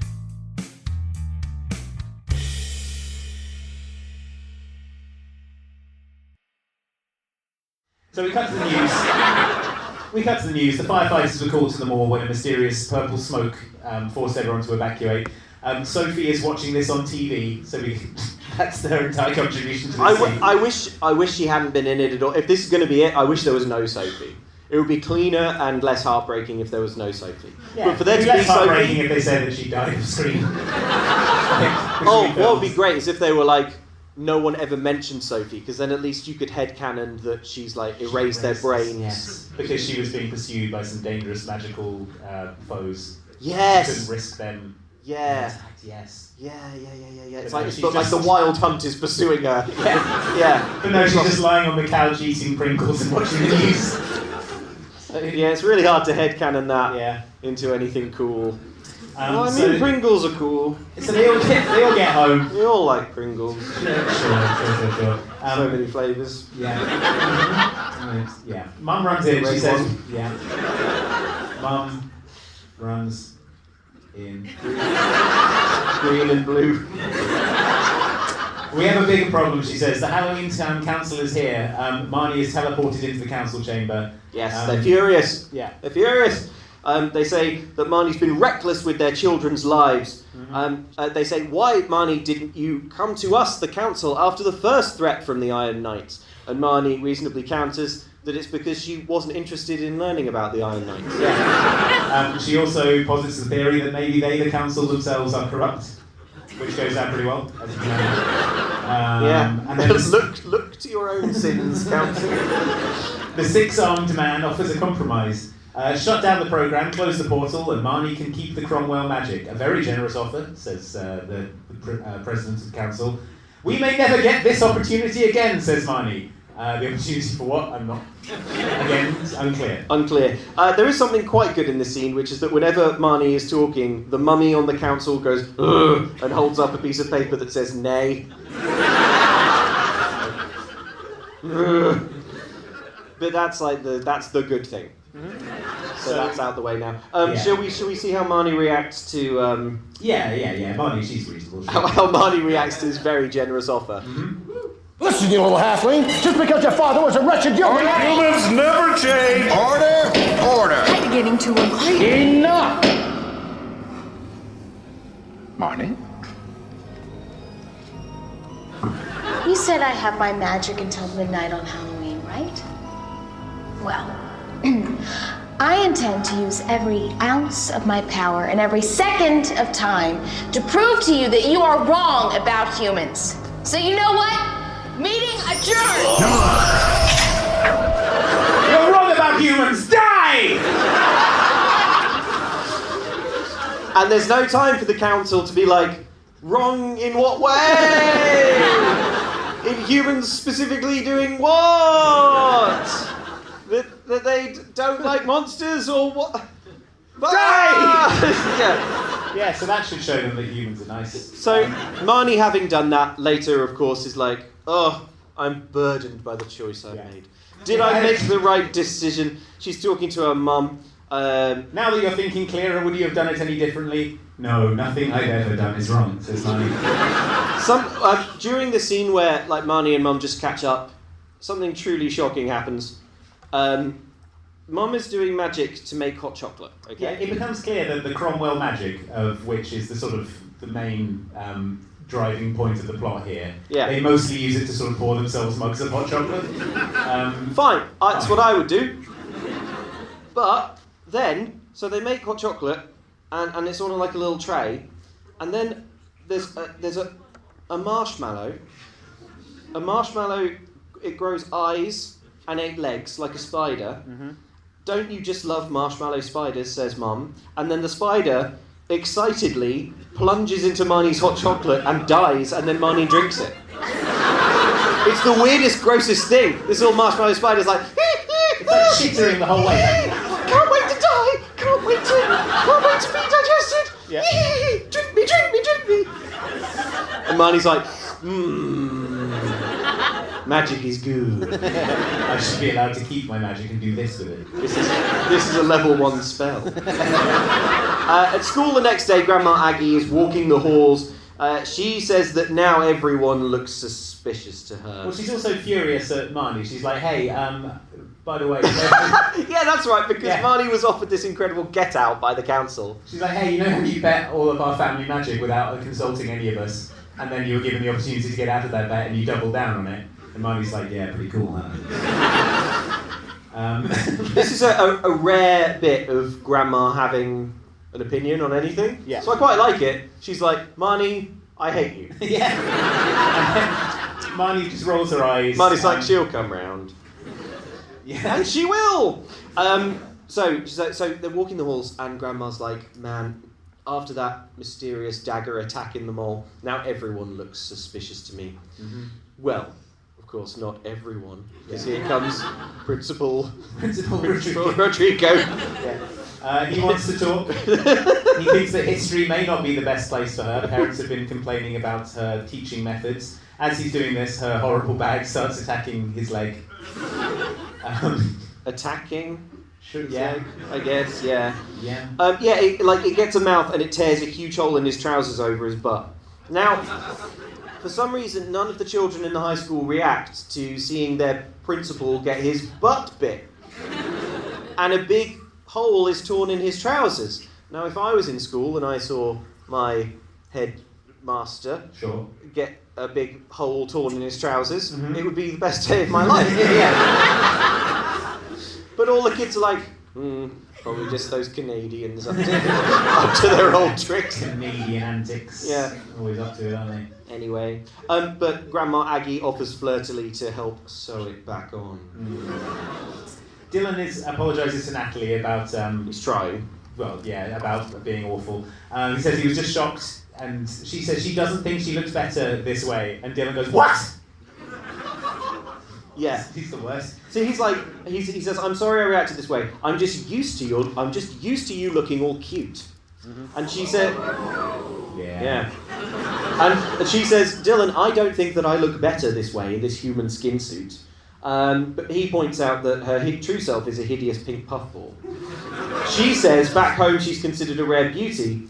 Dylan thinks very, very hard and then says, but then you must think I'm...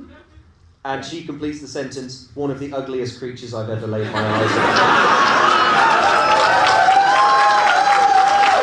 Yeah, but she thought he was sweet and nice, and that's all that mattered, she says. You blew it, Dylan. You blew it, Dylan. You blew it, Dylan. But Cassie the witch, who is the one who doesn't have a costume, she just looks like a normal person. Because they ran out of costumes, I guess. It's a Halloweentown law get out that if you run out of costumes, they can just be a witch. Because Marnie's a witch, Grandma's a witch. The guy on the council who's just a guy, I guess he's a warlock. He's probably probably a witch or whatever. But she runs up and she says, "Come quick! Someone forced open the locker with the portal in it." They go through to the common room. No one is in there. I don't get it, says Marnie. if we were dealing with someone from Halloweentown, they wouldn't have had to smash their way in. Maybe we really are dealing with someone from this world. And then she's like, well, Cassie, you stay here in this breached room. And I'll just leave now. And I'll just leave and... Well, I'll just leave. Yeah. The mannequin of Jason Statham in the corner.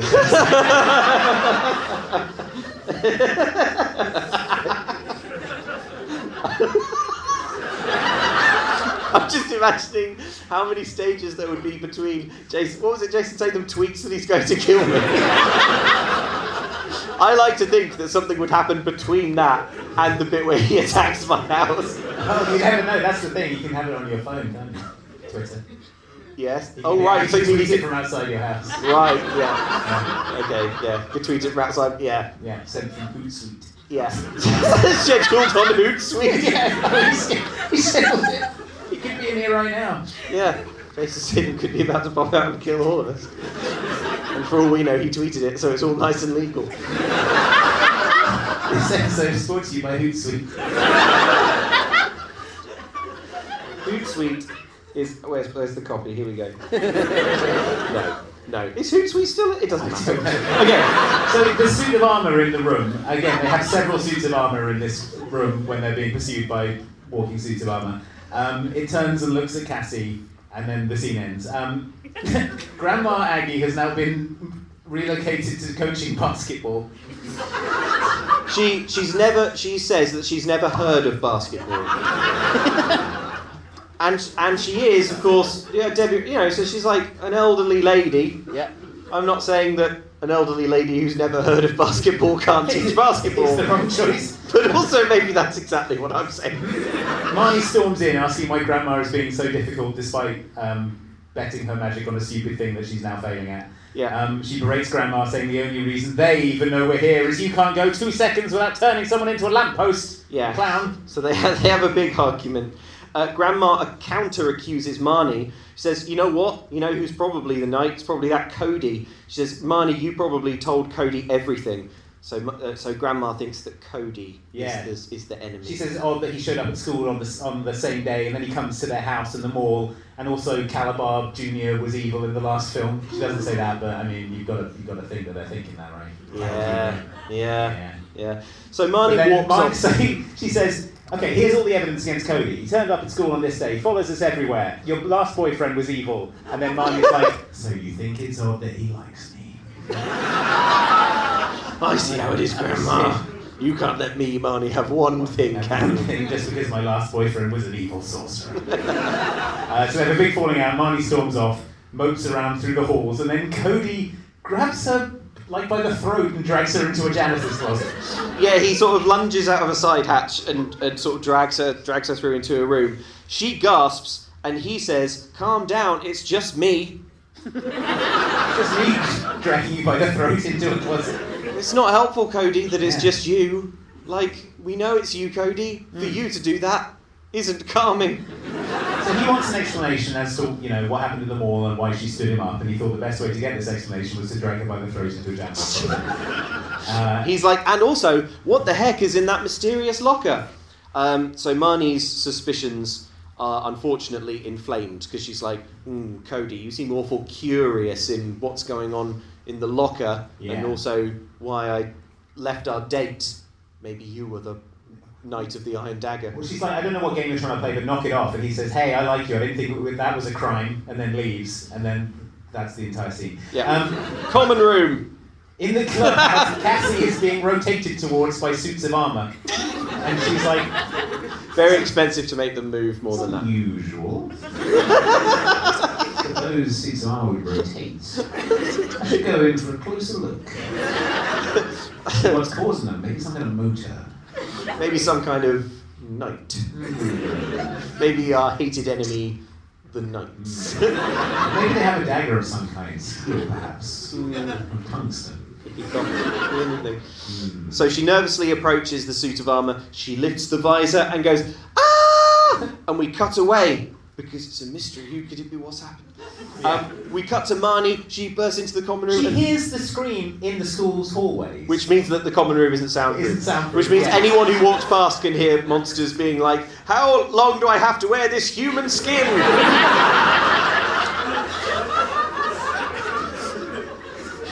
So,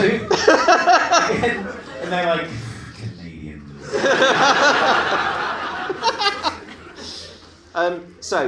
There's only an empty suit of armour on the floor, which is odd, and there's also the sound of wind. I don't know why.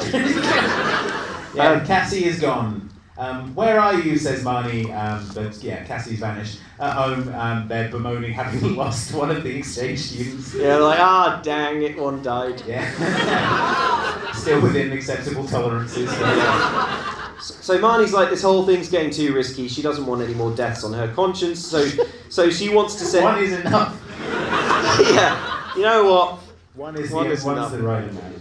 So she decides she's going to send all these kids back to Halloweentown. But then Aggie and Mum have news, and this is possibly... No, this isn't the clunkiest bit of storytelling in the whole film, but it's probably the second clunky. Can you do it? Okay. I don't want to do it. Oh no, I just accidentally scrolled. Oh fine, I can do it. So, Aggie and Mum have news. Off camera, and without having mentioned any of this, they say that they previously had put a spell on the common room to prevent humans from crossing the threshold. Yeah. And they went back and checked, and that spell that they never mentioned before, but that was there, hadn't been broken. Right, so that means somebody from Halloweentown was definitely responsible, yes, says Marnie, or it could just mean it's one of us, says Dylan, sowing discord. Dylan rounds on Natalie. Was it you? You big freak! You big puffball! I'll kill you. You hideous monster. Yeah. We all have to stick together, says Grandma, even if one of us is a pig-headed old woman who can't stop using magic, apologising to the great Marnie for having the temerity to be upset about her gambling away her magic, surely the only thing keeping this 1,000-year-old woman alive. Marnie smiles indulgently. So Grandma and Grandma and Marnie are friends again. Also, that'll be good. No, don't give me hope. So the conclusion of this stuff with the spell is the perpetrator must have been from Halloweentown, so they can't go back to Halloweentown. Now, try if you can to forget what I just said, because it's completely contradictory to what happens later. Yeah. Because they must be from Halloweentown. The perpetrator isn't from Halloweentown. So that's This is one of those things where I read the notes back and I'm like, wait a minute. Our first priority has to be to find Cassie, says Mum. If there's any of her left to find, says Dylan. Rounding on Natalie. Is there blood on your mouth, Natalie? You ate her, didn't you? You disgusting troll, you crunched up her bones to make your bread. So Grandma says, Cassie will be fine, witches are strong. In fact, she says, there's only one thing strong enough to hold them. Does anyone in the audience think they know the one thing strong enough to hold a witch like Aggie? An evil spell that freezes you? It's not that. Oh, okay. It's a witch's glass. It's Grandma's hand mirror. That's also her phone. Also, a witch's glass can be any mirror. This has not been mentioned before. It's a witch's glass. Yeah. A witch's glass can... The only thing powerful enough to hold a witch is the thing that a witch holds... It'd be like if my phone was the only thing that could kill me. The only thing strong enough to hold a witch is literally any mirror. Yeah, witches... You probably have 7 or 8 in your house right now. Witches are strong. As long as there's not a mirror. The only thing strong enough to hold a witch is a mannequin of Jason Statham.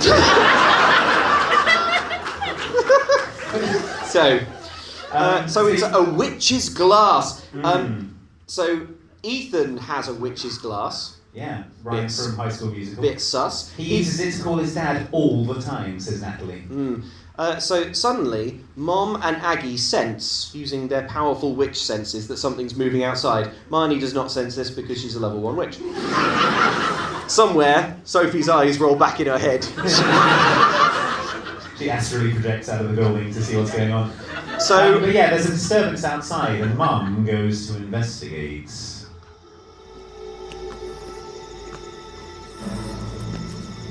Hey! Crypto-reptilian! Mom!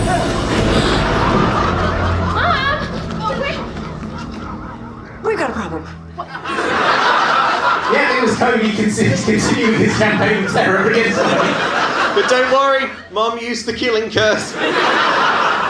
Which, if you're wondering, was Cryptofragilius. As if it's got law. Outrageous Halloweentown. So they rush outside to the still warm body. Marnie is cross. Mom says, don't worry, he should wake up soon-ish. Kinda, sorta. She says, he'll never be the same. He'll live, not well. They usually come back wrong after a Cryptofragilius.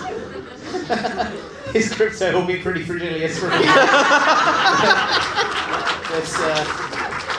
Should wear off. So we see Ethan from High School Musical pop upstairs to get his witch's glass, again, a mirror. And he's surprised when he pulls it out of his bag to see that Cassie is trapped inside of it. What? Let me out, says Cassie. I can't, says Ethan, and hurriedly switches it off, which you can do to a mirror, and pushes it back into his bag. Grandma bursts in. She's like, as she's wont to do. Hey, teen boy, what are you doing alone here in this room? And he's like, nothing. What's going? Nothing. And then she's like, that's cool. And then he runs, sprints out the front door, and she watches him go. That was that scene. So we come. Okay. Marnie walks into the kitchen. It's like, Cody should be regaining consciousness soon. I thought I should take him home.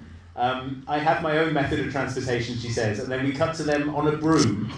Cody wakes up on the back of the broom and kind of loses his mind a little bit because they're 10,000 feet in the air. It's not clear that he's in any way strapped in. No. How can you possibly be... So, like, Marnie's on the front. It's like how you would ride a motorbike, right? When you sort of, like, hug onto the person who's, like, driving it. Except imagine the person behind you was unconscious and not strapped in. How could you possibly keep that person on the motorbike? Now imagine it's a thin piece of wood and you're 30,000 feet in the air. So, Cody says, I have the worst taste in my mouth. And Marnie says, that's magic. It tastes awful. So this spell went into his mouth. Also, why is it just dropping the law that magic tastes bad? That's not fun. Magic stinks and it tastes bad. It makes a fart sound when it comes out. Twitches doesn't do this. Yeah. To be fair, J.K. Rowling does.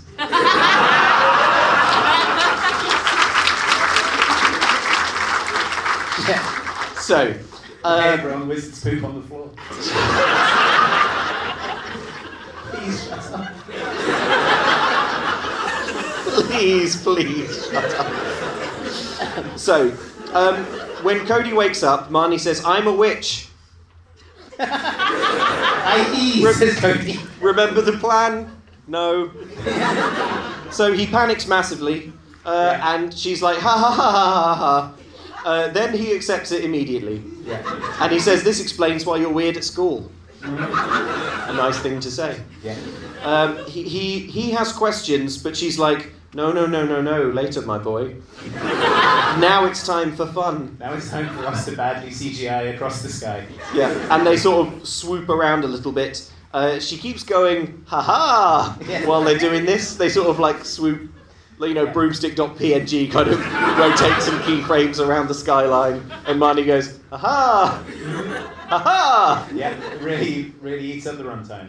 Cody falls deeper in love with each passing moment. We've got to pick up the pace here, my friend. Oh my gosh.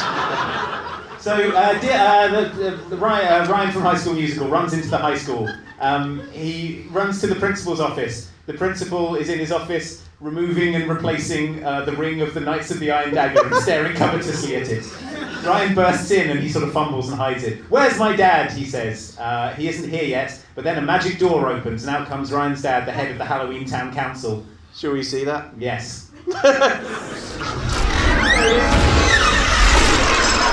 Must you always travel with that stupid door? What if somebody sees you? What if someone had seen you drawing an iron dagger at your little school? Some things are just worth taking the risk. What is this? Did you do this to Cassie? What? No hug for your old man? Yes, unfortunate but necessary. You have a girl trapped in there? Mr. Flynn? Yes. For centuries, my family has been keeping a vigil. A vigil to ensure that our world remains pure of the magical. I'm the last remaining descendant. Noble order. Now, please. You wouldn't have even known that the Knights of the Iron Dagger existed if I hadn't found you and told you. Some things are just worth it, like chalking an Iron Dagger onto the sidewalk for 45 minutes. 2, let the kids know you were gonna kill them. I don't know. Why isn't the Knight of the Iron Dagger, who we now know is the principal, why doesn't he kill all the kids? I mean, I know why that doesn't happen in the film, much as I would like to see him lay about them with his Zweihander. But it's frustrating because there's too much. The principal went to the mall in a suit of armour and then got inside a werewolf costume and chuckled at everyone. Okay. So Ethan is shocked. He's like, how could you trap my friend Cassie? And his dad says, oh, you didn't seem concerned when you stirred up trouble at the mall or plunged the dagger into the pumpkin. Yeah. So Ryan's in it as well. Yeah. That's right. So Ryan is also in on the scheme. So what actually happened at the mall? So Ryan started a fight on purpose. Yeah. Then there was a fight. Yeah. Then someone did a big purple cloud. His dad did the purple cloud I think. Was it his dad? Someone did it. I don't think he was there. Maybe Ryan did it. Ethan, I mean, High School Musical. And then he stabbed a pumpkin when no one was looking. Why did he stab a pumpkin? God, this is stupid. He stabbed a pumpkin to make everyone think that the Knights of the Iron Dagger were after them, which they are! It's so stupid. It's like if you were in your house and your Jason Statham mannequin came to life and headbutted your fridge and then left. And you... Is Jason still coming? Oh, he could have headbutted me. I'm right here. Maybe Jason Statham's intentions are pure. Then you turn around and you see Jason Statham's in the room, and he goes, yeah. Think on. Yeah. Think on. Inside the Jason Statham mannequin was Jason Statham chuckling. Nesting dolls. So the dad's plan is to demonstrate to the citizens of Halloweentown that humans are still lying backward, wretched creatures. Yes. And then, when he's done that, they will want the portal closed permanently, which the principal also wants for reasons he doesn't seem fit to explain. He says, a separate world for freaks, I'm all for it. That's the arrangement now! I don't... The Cromwells will stop you, says Cassie from within the witch's glass. And evil Judge Edgar Dalloway says, oh no, because on Halloween the Cromwell magic will be mine, because of course Marnie wagered it. Yeah. So at home, Marnie, Mum and Grandma are having a summit. If we're right, whoever's behind this won't stop until they prove to the council that we failed. I've written at what? I don't know. And we won't fail again, says Grandma. Brackets, one of the kids has gone missing. They put their hands out and a Windows 95 screensaver comes out of their hands. They put a mirror down on a table. We all know what we have to do, says Grandma. I think so, says Marnie, which isn't yes. So they send Mom into the witch's glass to look for Cassie. She's gone to her dimming into the mirror. She's in the mirror world now, looking for Cassie's in the mirror world. I don't know. Yeah, we won't see any of that. It'll all happen off camera. Sounds cool though. Yeah, sounds like a good time.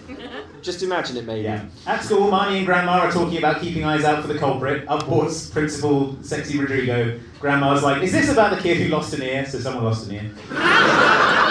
And then he says, I'm just sorry we won't have your haunted house because so many of your students are going back to Canada. Nuh-uh, says Marnie. Okay, he says. And this is all the clue that Marnie needs, that Principal Flanagan, for that is his name, is behind everything for some reason. Yeah. Grandma can't believe that it would be Principal Flanagan, but then she can. She puts down her crocodile bag and it stomps off into the principal's office. Inside, we see him, I've written, we see him once more toying with his ring. Because that's sinfully proud of his knight status. Yeah. Then the bag walks up to him and eats his genitals. He is violently savaged around the groin area. Oh, we got a clip, dude. It's a real short... Oh, there we go. That was, yeah. Good. There you go. So Yeah. that's You happened. couldn't have imagined that. The screams can be heard in the hall. Yeah, all the students are like, why is the principal screaming? Because Yeah. his genitals are eaten by the bag. What's Grandma's plan here? She's like, the principal seems weird. I'll have my bag, kill him. What's she going to learn? The bag will come back and be like, well, I killed him like you wanted. Yeah. Well, the autopsy will reveal traces of evil. Traces of iron. Traces of iron dagger. Yeah. What's that in your blood? So, in the yard at school, the Halloweentown kids are setting up their haunted house. Ryan is dressed exactly as Ryan from High School Musical. He is, I am sure, wearing one of the hats from High School Musical. Yes, I'm 99%. The werewolf complains that this is taking ages, and then Marnie goes, "Need I remind you I'm a witch?" Exactly like that. Yeah. So she's like, let me do a massive spell in front of every single student in school. She creates a 2-story high haunted house from nothing, and none of the dozens of kids even look at it. It's like, this is a big field full of children, and luckily no one was looking. Well, except for Cody, who wanders up and he's like, "Hey, I had the craziest dream that you were some kind of witch." And she's like, "Did you say some kind of witch?" And then he's like, "Yeah, I did say that, yeah." Wah! Magic! So she smugs at him, and then he's like, "Wow, you really are a witch, it wasn't a dream." Yeah. "Is that a problem?" says Marnie.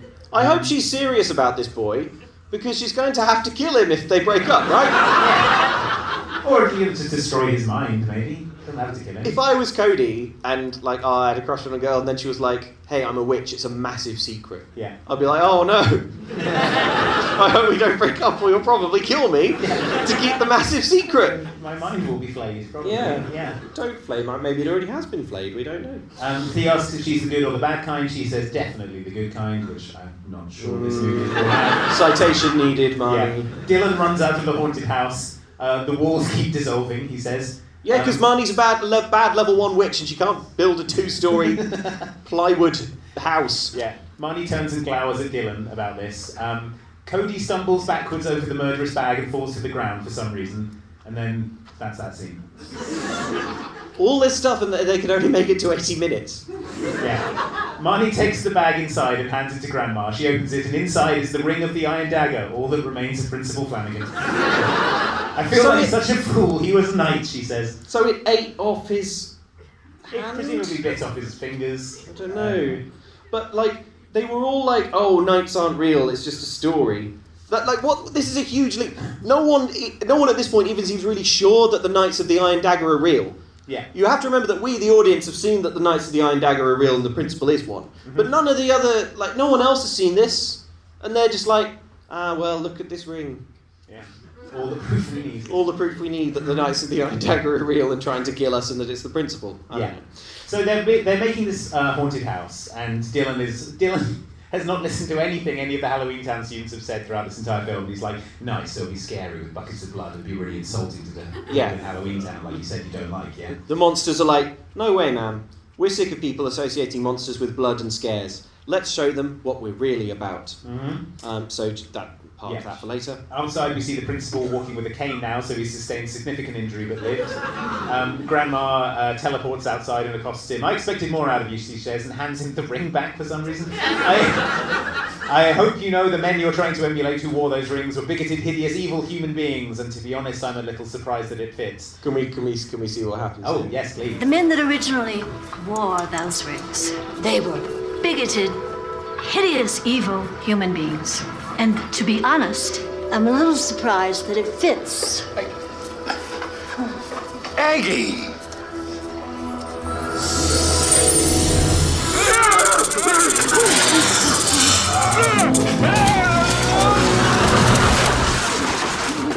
Before I tab away from this, I just want you all to appreciate how it looks in this scene so much like it's about to piss it down. Like that, if that's the sky, you're like... Hurry up. One take. You've got one take. Oh, I didn't do a very good fall over. Can we do... No! So we cut to the night. It's the carnival. Strange World by Jesse Peo from Halloweentown High is playing. So this movie got some of its own original songs. Good, and not by Phil Marshall. It's almost midnight. Maybe they won't try anything, says Marnie. Don't they lose their magic at midnight unless they've proven that humans can be accepted? Yeah, but I think if nothing happens, then humans have accepted monsters. But they haven't seen them. You Except don't. that one time they did and all screamed and evacuated the mall. Don't look at me when you say that like I did it. I'm on your side, Andy. They need to do something or they're going to lose their magic, but they're just sitting around going, nice, nearly midnight. Yeah. So girls emerge from the haunted house complaining. They say it's extremely boring in there, and we see inside the haunted house. It is indeed very boring. Natalie is explaining to people who come in the positive impact that trolls have made on society. Light jazz is playing. Yeah, we hear some of the attractions, dances with werewolves, the monster tea party. There's not even a gross out factor, complains Dylan. They're eating chocolate chip cookies. Can't we at least have worms crawling out of them? My mum makes the best worm cookies, says the werewolf boy. So they do eat worm cookies! So this isn't an accurate portrayal, I'm so confused! Are monsters horrible? Or not? Halloweentown. Then things are spiced up, because suddenly Councilman Dalloway portals in. Seems to me, he says, this haunted house could use a little excitement. And he fires a magic beam at some troll mannequins, and then they come to life and start killing people. Stop beating everyone's ass, it's amazing. How exactly this plays into Councilman Dalloway's... I guess he's trying to show that humans don't like it when monsters kill them. By doing this, he'll get the magic. So suddenly Ryan from High School Musical strides up dressed as a cowboy for some reason. Yeah, for the rest of the film, he's going to be dressed like Woody from Toy Story, and it ruins it. But I don't... Is that him? Is that him? Making fun of cowboys and laughing at cowboys? I think that's him on Zips. Okay, so I think his thing is he's cowboy. So, right, okay. He's a cowboy for real. Okay. Yeah, okay. Yeah. So, outside, Marnie is trampled by the crowd who are fleeing the haunted house. Yeah. A girl is grabbed by Frankenstein. A witch menaces a girl. Marnie's casts a spell which turns the witch into two witches that continue menacing the girl. Good job, Marnie. A yowling ghoul grabs a flaming torch and sets fire to the haunted house. That never comes back and doesn't take, I guess. I don't know. Grandma casts a spell to make the fire worse. A skeleton runs out after a boy, so Marnie casts a spell on it, and it's now 3 stories tall. Yeah. It feels like there's going to be an explanation for our magic is going wrong. But there isn't. They're just doing all their spells wrong for no reason. Marnie's trying to do level 1.5 magic, and it's backfiring horribly. So Cody runs up to Marnie and is like, Marnie, you said you were a good witch. Why are you using your magic this way? We're so scared and we don't like monsters. I thought you were the good kind. Meanwhile, Councilman Dalloway, who you remember is just some guy, has climbed atop a big pumpkin, and he's just like firing spells at random into the crowd with a manic grin on his face, like Grandma casts a spell at him and he falls into the pumpkin, and then a big blue explosion goes off and all the monsters disappear, and everyone's like, well, glad that's over. The principal runs up and he's like, okay, this is all the proof we need to show the humans that monsters are bad. You all saw it, they tried to destroy us. He's whipping the crowd into a fervour. Bear in mind that this is a crowd of people who, like you and me, don't believe that monsters are real. And then like a 40-foot skeleton has tried to crush everyone. And then your headmaster walks up and is like, see everyone, monsters are bad. Monsters are bad. We should not live alongside them. They shouldn't continue going to our school. Sorry, what? What? Continue going to our... What? Was this big skeleton in my school? Yeah. Marnie's like, no, we're your friends, says Marnie, the unlikable girl who thinks she's better than everyone. Yeah. Principal's like, if we don't drive them back where they came from, they'll destroy us. It's almost midnight, it's us or them. Who's it going to be? The crowd is riled up. Yeah, there's a mob, an angry human mob, and the principal's like, go get him! And so all... is he going to beat Marnie and the grandma to death? I guess. I guess it's marginally more okay to show than the Zweihander thing. So anyway, the humans chase the teens murderously into the haunted house, where Dalloway is waiting. I was right, says Grandma. You were responsible for all of this. When did she say that? She knew it was So the I principal. was right, Yeah. Councilman Dalloway. She never mentioned him at all. But if I were in this sort of situation, every time a revelation happened, I'd be like, just as I. Yeah. Well, as I suspected, Councilman Dalloway. I can't take all the credit, he says, and then Ryan steps sheepishly out from behind him dressed as a little cowboy. Yeah. It really, really undercuts the moment. Dalloway wants what's due to him, the Cromwell magic, and he's determined to get it. No, you can't take our magic. Humans have changed. No one was threatening us until you showed up. Because they never got to know the real you. And now that they do, you promised to preserve magic. Now your magic is mine. Magicus Fixum.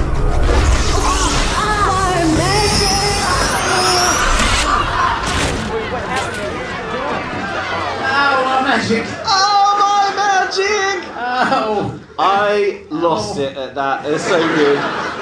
My magic! Right in the magic. Oh, my magic! My magic! Magicus Fixum! Magicus Fixum! Fixum! My little cowboy son, watch me do this. It must have been so hard for the actor playing the councilman. It's like, Every time he looks over, there's a precious little cowboy. they're like, don't worry, this will be shown in 4:3. We'll never see this cowboy stitch. This sweet little cowboy stitch. Will it undercut my scenes? Oh, yes. So the angry mob breaks down the doors and they pour in. It looks like they're going to kill all the kids. Yeah. But then Cody runs to Marnie's side. She's still on the ground because, her magic. The principal runs to Grandma's side because while he is the last of a descendant line of knights pledged to kill witches, he's also horny. Inside the principal there are 2 wolves. Precious cowboy Ryan also says, I'm saying, a disappointment to the end. Goodbye to all of you, says the councilman. He punches his door and he steps in. The doorway that linked our 2 worlds should never have existed, and now with my new powers, I'll make sure it never will again, he says, and it bricks up. Yeah, he steps through the portal and it breeze blocks fill it in. I guess that's the magic. Halloweentown, it's gone, says some kid. Hooray! Yell the humans, who are adapting very quickly. Halloweentown is gone! Hooray! What's Halloweentown? Yeah. Minute ago you were being crushed by skeletons. Hey, good. There's no more Halloweentown, I'm glad. I won't be crushed by skeletons anymore. It's pretty understandable. And then Cody stands up and addresses his fellow humans and is like, shame on you! What is the matter with you people? Marnie is your friend! Is she? I'm not being funny, but we've never seen her be nice to anyone or have any friends in any of these 3 movies in the mortal world. So Marnie says that she kept thinking that they all needed to fit in.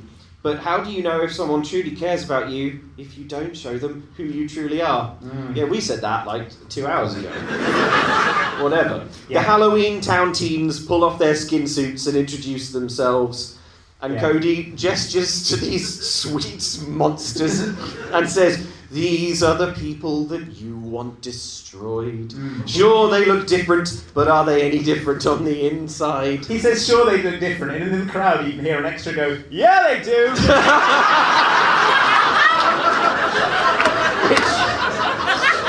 Which is so good. Some extra knows that they only can do one take and is determined to get a speaking role.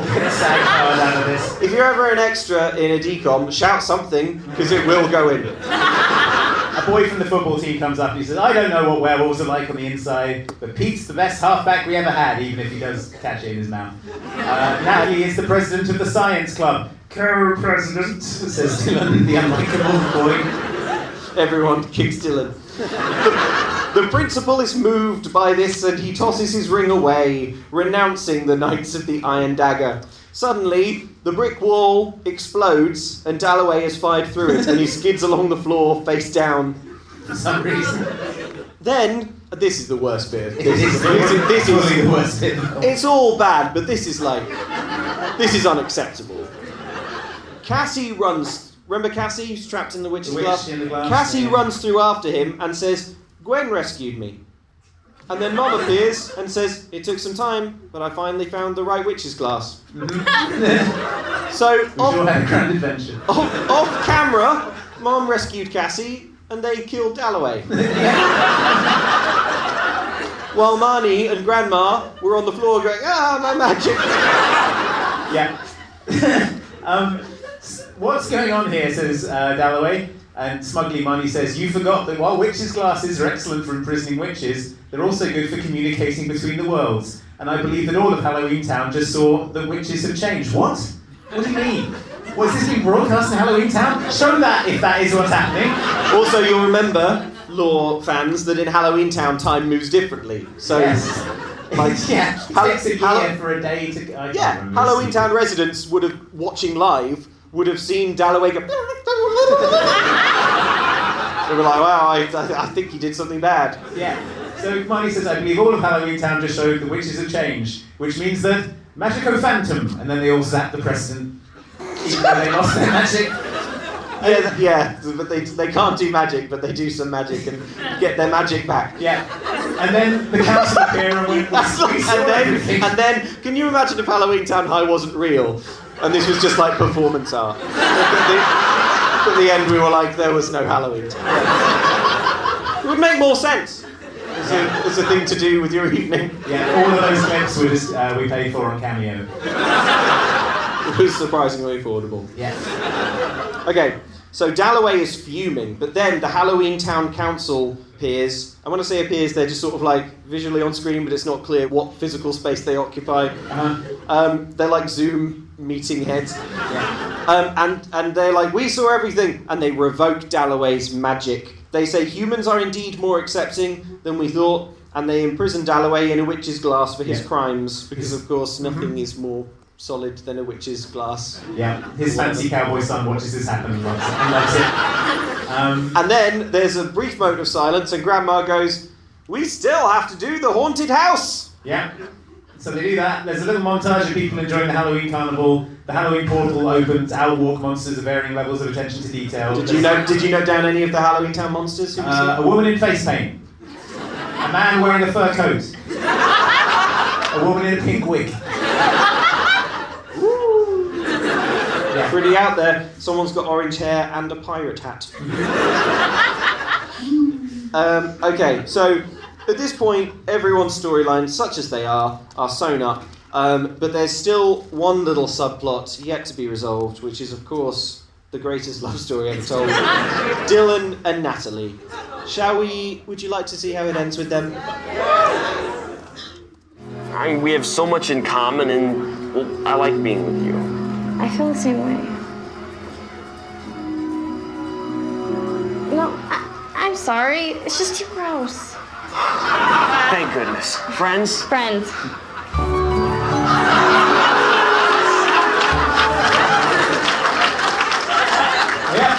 And that's basically the end of the movie. Marnie flies off with Dylan, makes the smugest face in history, and it ends. So that was Halloweentown High.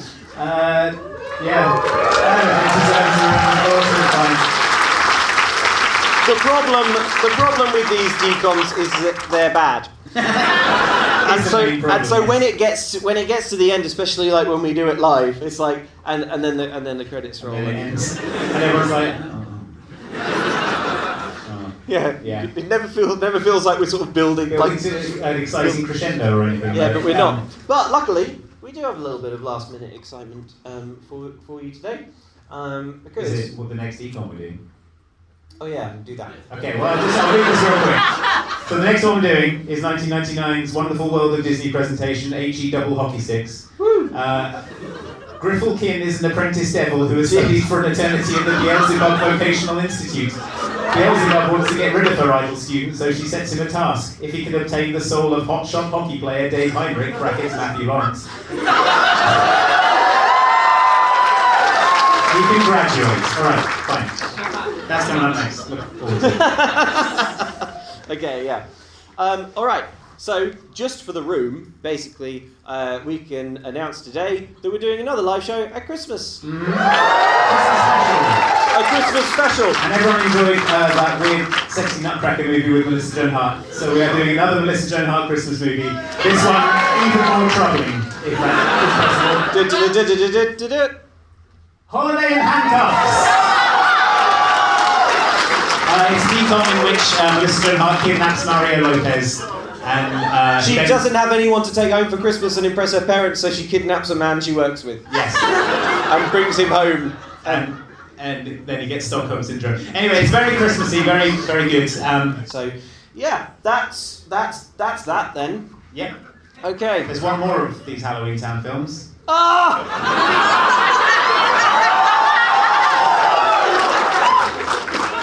Such was my... I'm being strangled now. Why couldn't I have been strangled at the beginning? But thank you so much, everyone, for coming. This has been a wonderful time. We've really enjoyed having you here and listening to us go on about Halloweentown High. Look how horrible that looks. Oh. Yeah. That's no good. Looks like Brink's been in a horrible accident. It's like Brink was in Hereditary. All right, well... on that note, thank you so much for coming out, everyone. Thank you, you're all brilliant.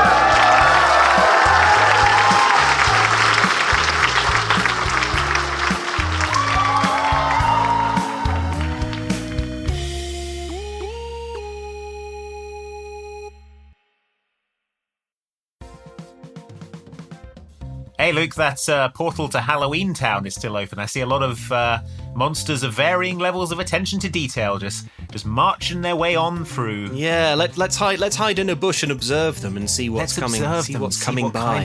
Oh, look, here come Ethan Pearson, Jonathan Villa, Lou Zednick, Liz L, Alan St. George, and Matthew Cowan. They're all werewolves, hands only.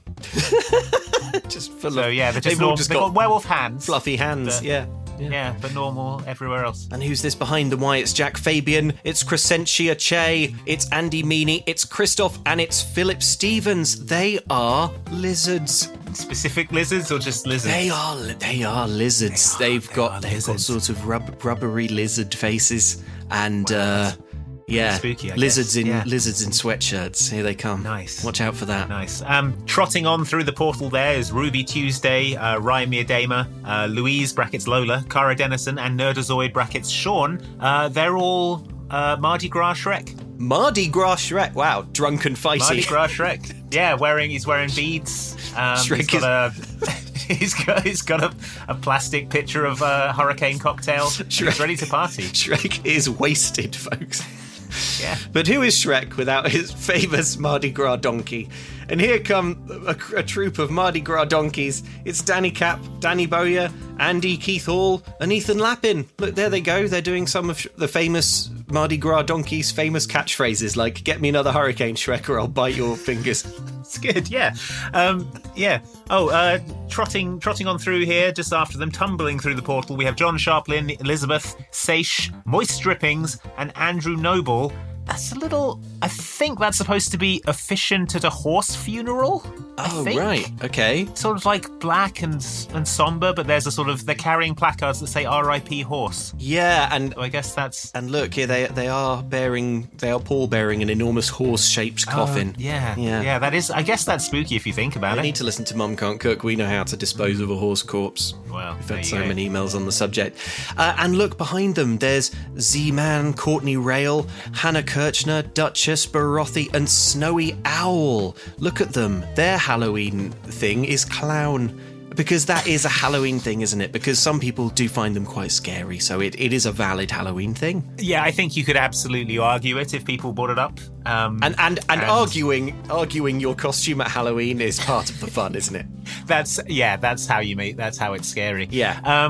Who's this coming through the portal? It's Autumn Holloway, Angel Beat, Tim Craven, Ash, and moon activist Sage Borealis. They're all wearing pirate blouses. Oh. Very billowy. Yeah. Silken, big voluminous sleeves. I'm not going to lie, they look fantastic. They look incredible. I don't know if it's scary. Yeah. But it's I mean, it's great to look at. But what's this? Nuka Level, Ma H, Will Thomas, Hef and Alicia Cranwell. Here they come, and they're in their Halloween costume. And their Halloween costume is Pam Beasley from the US office. That's okay. Yeah. I mean, it's sort of just like normal. It's one of those Halloween costumes. It's just kind of normal clothes, but you would probably want to contextualize it with other characters. Yeah, but they've all gone for Pam. They're all Pam Beasley. There's not a Dwight. All Pam. There's not an group. Erin in sight. I feel like a Dwight would really help me contextualize it, but that's cool. You know, that's cool. Yeah, the best Halloween costumes are ones you have to explain. Yeah, for sure. Okay, here comes Will Pohoretsky, BC, Michael Saul, Mike Kavanagh, and Matt S. They're all wearing witch hat and normal clothes. So... They're from Witches and Warlocks, technically. Yep. Here comes Sakari Montonen, Chase Baker, Blake Morvan Butterworth, and Shane Entei, and they are Hey Arnold, because Ison's trying to get sued over here, I think, over in this Halloween town. Yeah, so these are all Hey Arnold. He's daring. He's like, hey, guess what? This is an IP grab. Yeah. Oh, if you don't do anything about this, Hey Arnold is us now. Yeah, we get squatters' rights on Arnold. We're squatting on Arnold, and there's nothing you can do about it. Eisner is squatting on Arnold now. Well, with that mental image, here come Rory James, E.T., Clint Hannah Lopez, Rue Kyler, and Business Corgi. They've all got ping pong balls for eyes. Oh, which is pretty, cheap, but effective, I think. Yeah, definitely. And that is a kind of creature when you think about it. Yeah. Decom Lover, Hyper Mole, Clarky the Bearded Coach Driver, Michael Olsen, and Smash Savannah Burger Boys and Girl don't appear to have any costumes at all. Wait, they've just seen something funny. It's the clowns. They've opened their mouths. They've got those plastic fangs. Very good. Very good. Subtle one. Yeah. But definitely counts. Definitely counts. Say that it doesn't. Yeah. In fact, they are 5 counts of Transylvania. There you go. Perfect. Here they come. It's Michael McCowker, Beanpole, Paul Stevens, Brandon Plesh, and Julian Rundlet. They are all dressed as Girlfield. That's female Garfield. Wait. Okay. Here come Jeebus Pierce Jones, the Monk, Jamie Langford, Quinn is teething, Freddie Moore. They're, I don't know, something I'll just have to know is Girlfield is real. Keep going, Andy. Okay. Whoa, it's real. Oh my God. Next up we have... Keep Next going. Up we have Sarah Mattix, Paul Stokes, Rohan Corby, Kyle Bain, and Jambo number 5. They are all a person with a haunted laptop. Man, they're carrying the laptop. It's closed currently, but they would like you to know that it is haunted, and it does act strangely if they will ever use it. Yes. So, here's definitely not Steve, who needs to sleep. Adam Steele, Cole Mastro. They're a big insect. Yeah. So don't Google image Girlfield is what I would say, but it's for sure a thing. Is it a thing? The thing is, it's like there's a consistent character across all this art that I'm looking at. So. Oh, really? Well, yeah. It's like. You'd think that if there wasn't a consistent character, then everyone would draw Girlfield a bit different. But Girlfield appears to be drawn very similar, quite similar hair choices. Interesting. Okay. I thought I was making that up, but apparently it's pre-existing IP. I guess we're squatting on Girlfield now. I don't think you would call this pre-existing. I don't think Jim Davis drew these, Andy. Maybe he's branching out. I mean, he'd have to really be branching out in terms of style and in terms of what he considers to be acceptable. Well, there they go, off into the mortal world, ready to cause some chaos, I guess. Mischief. Yeah, and portals closed.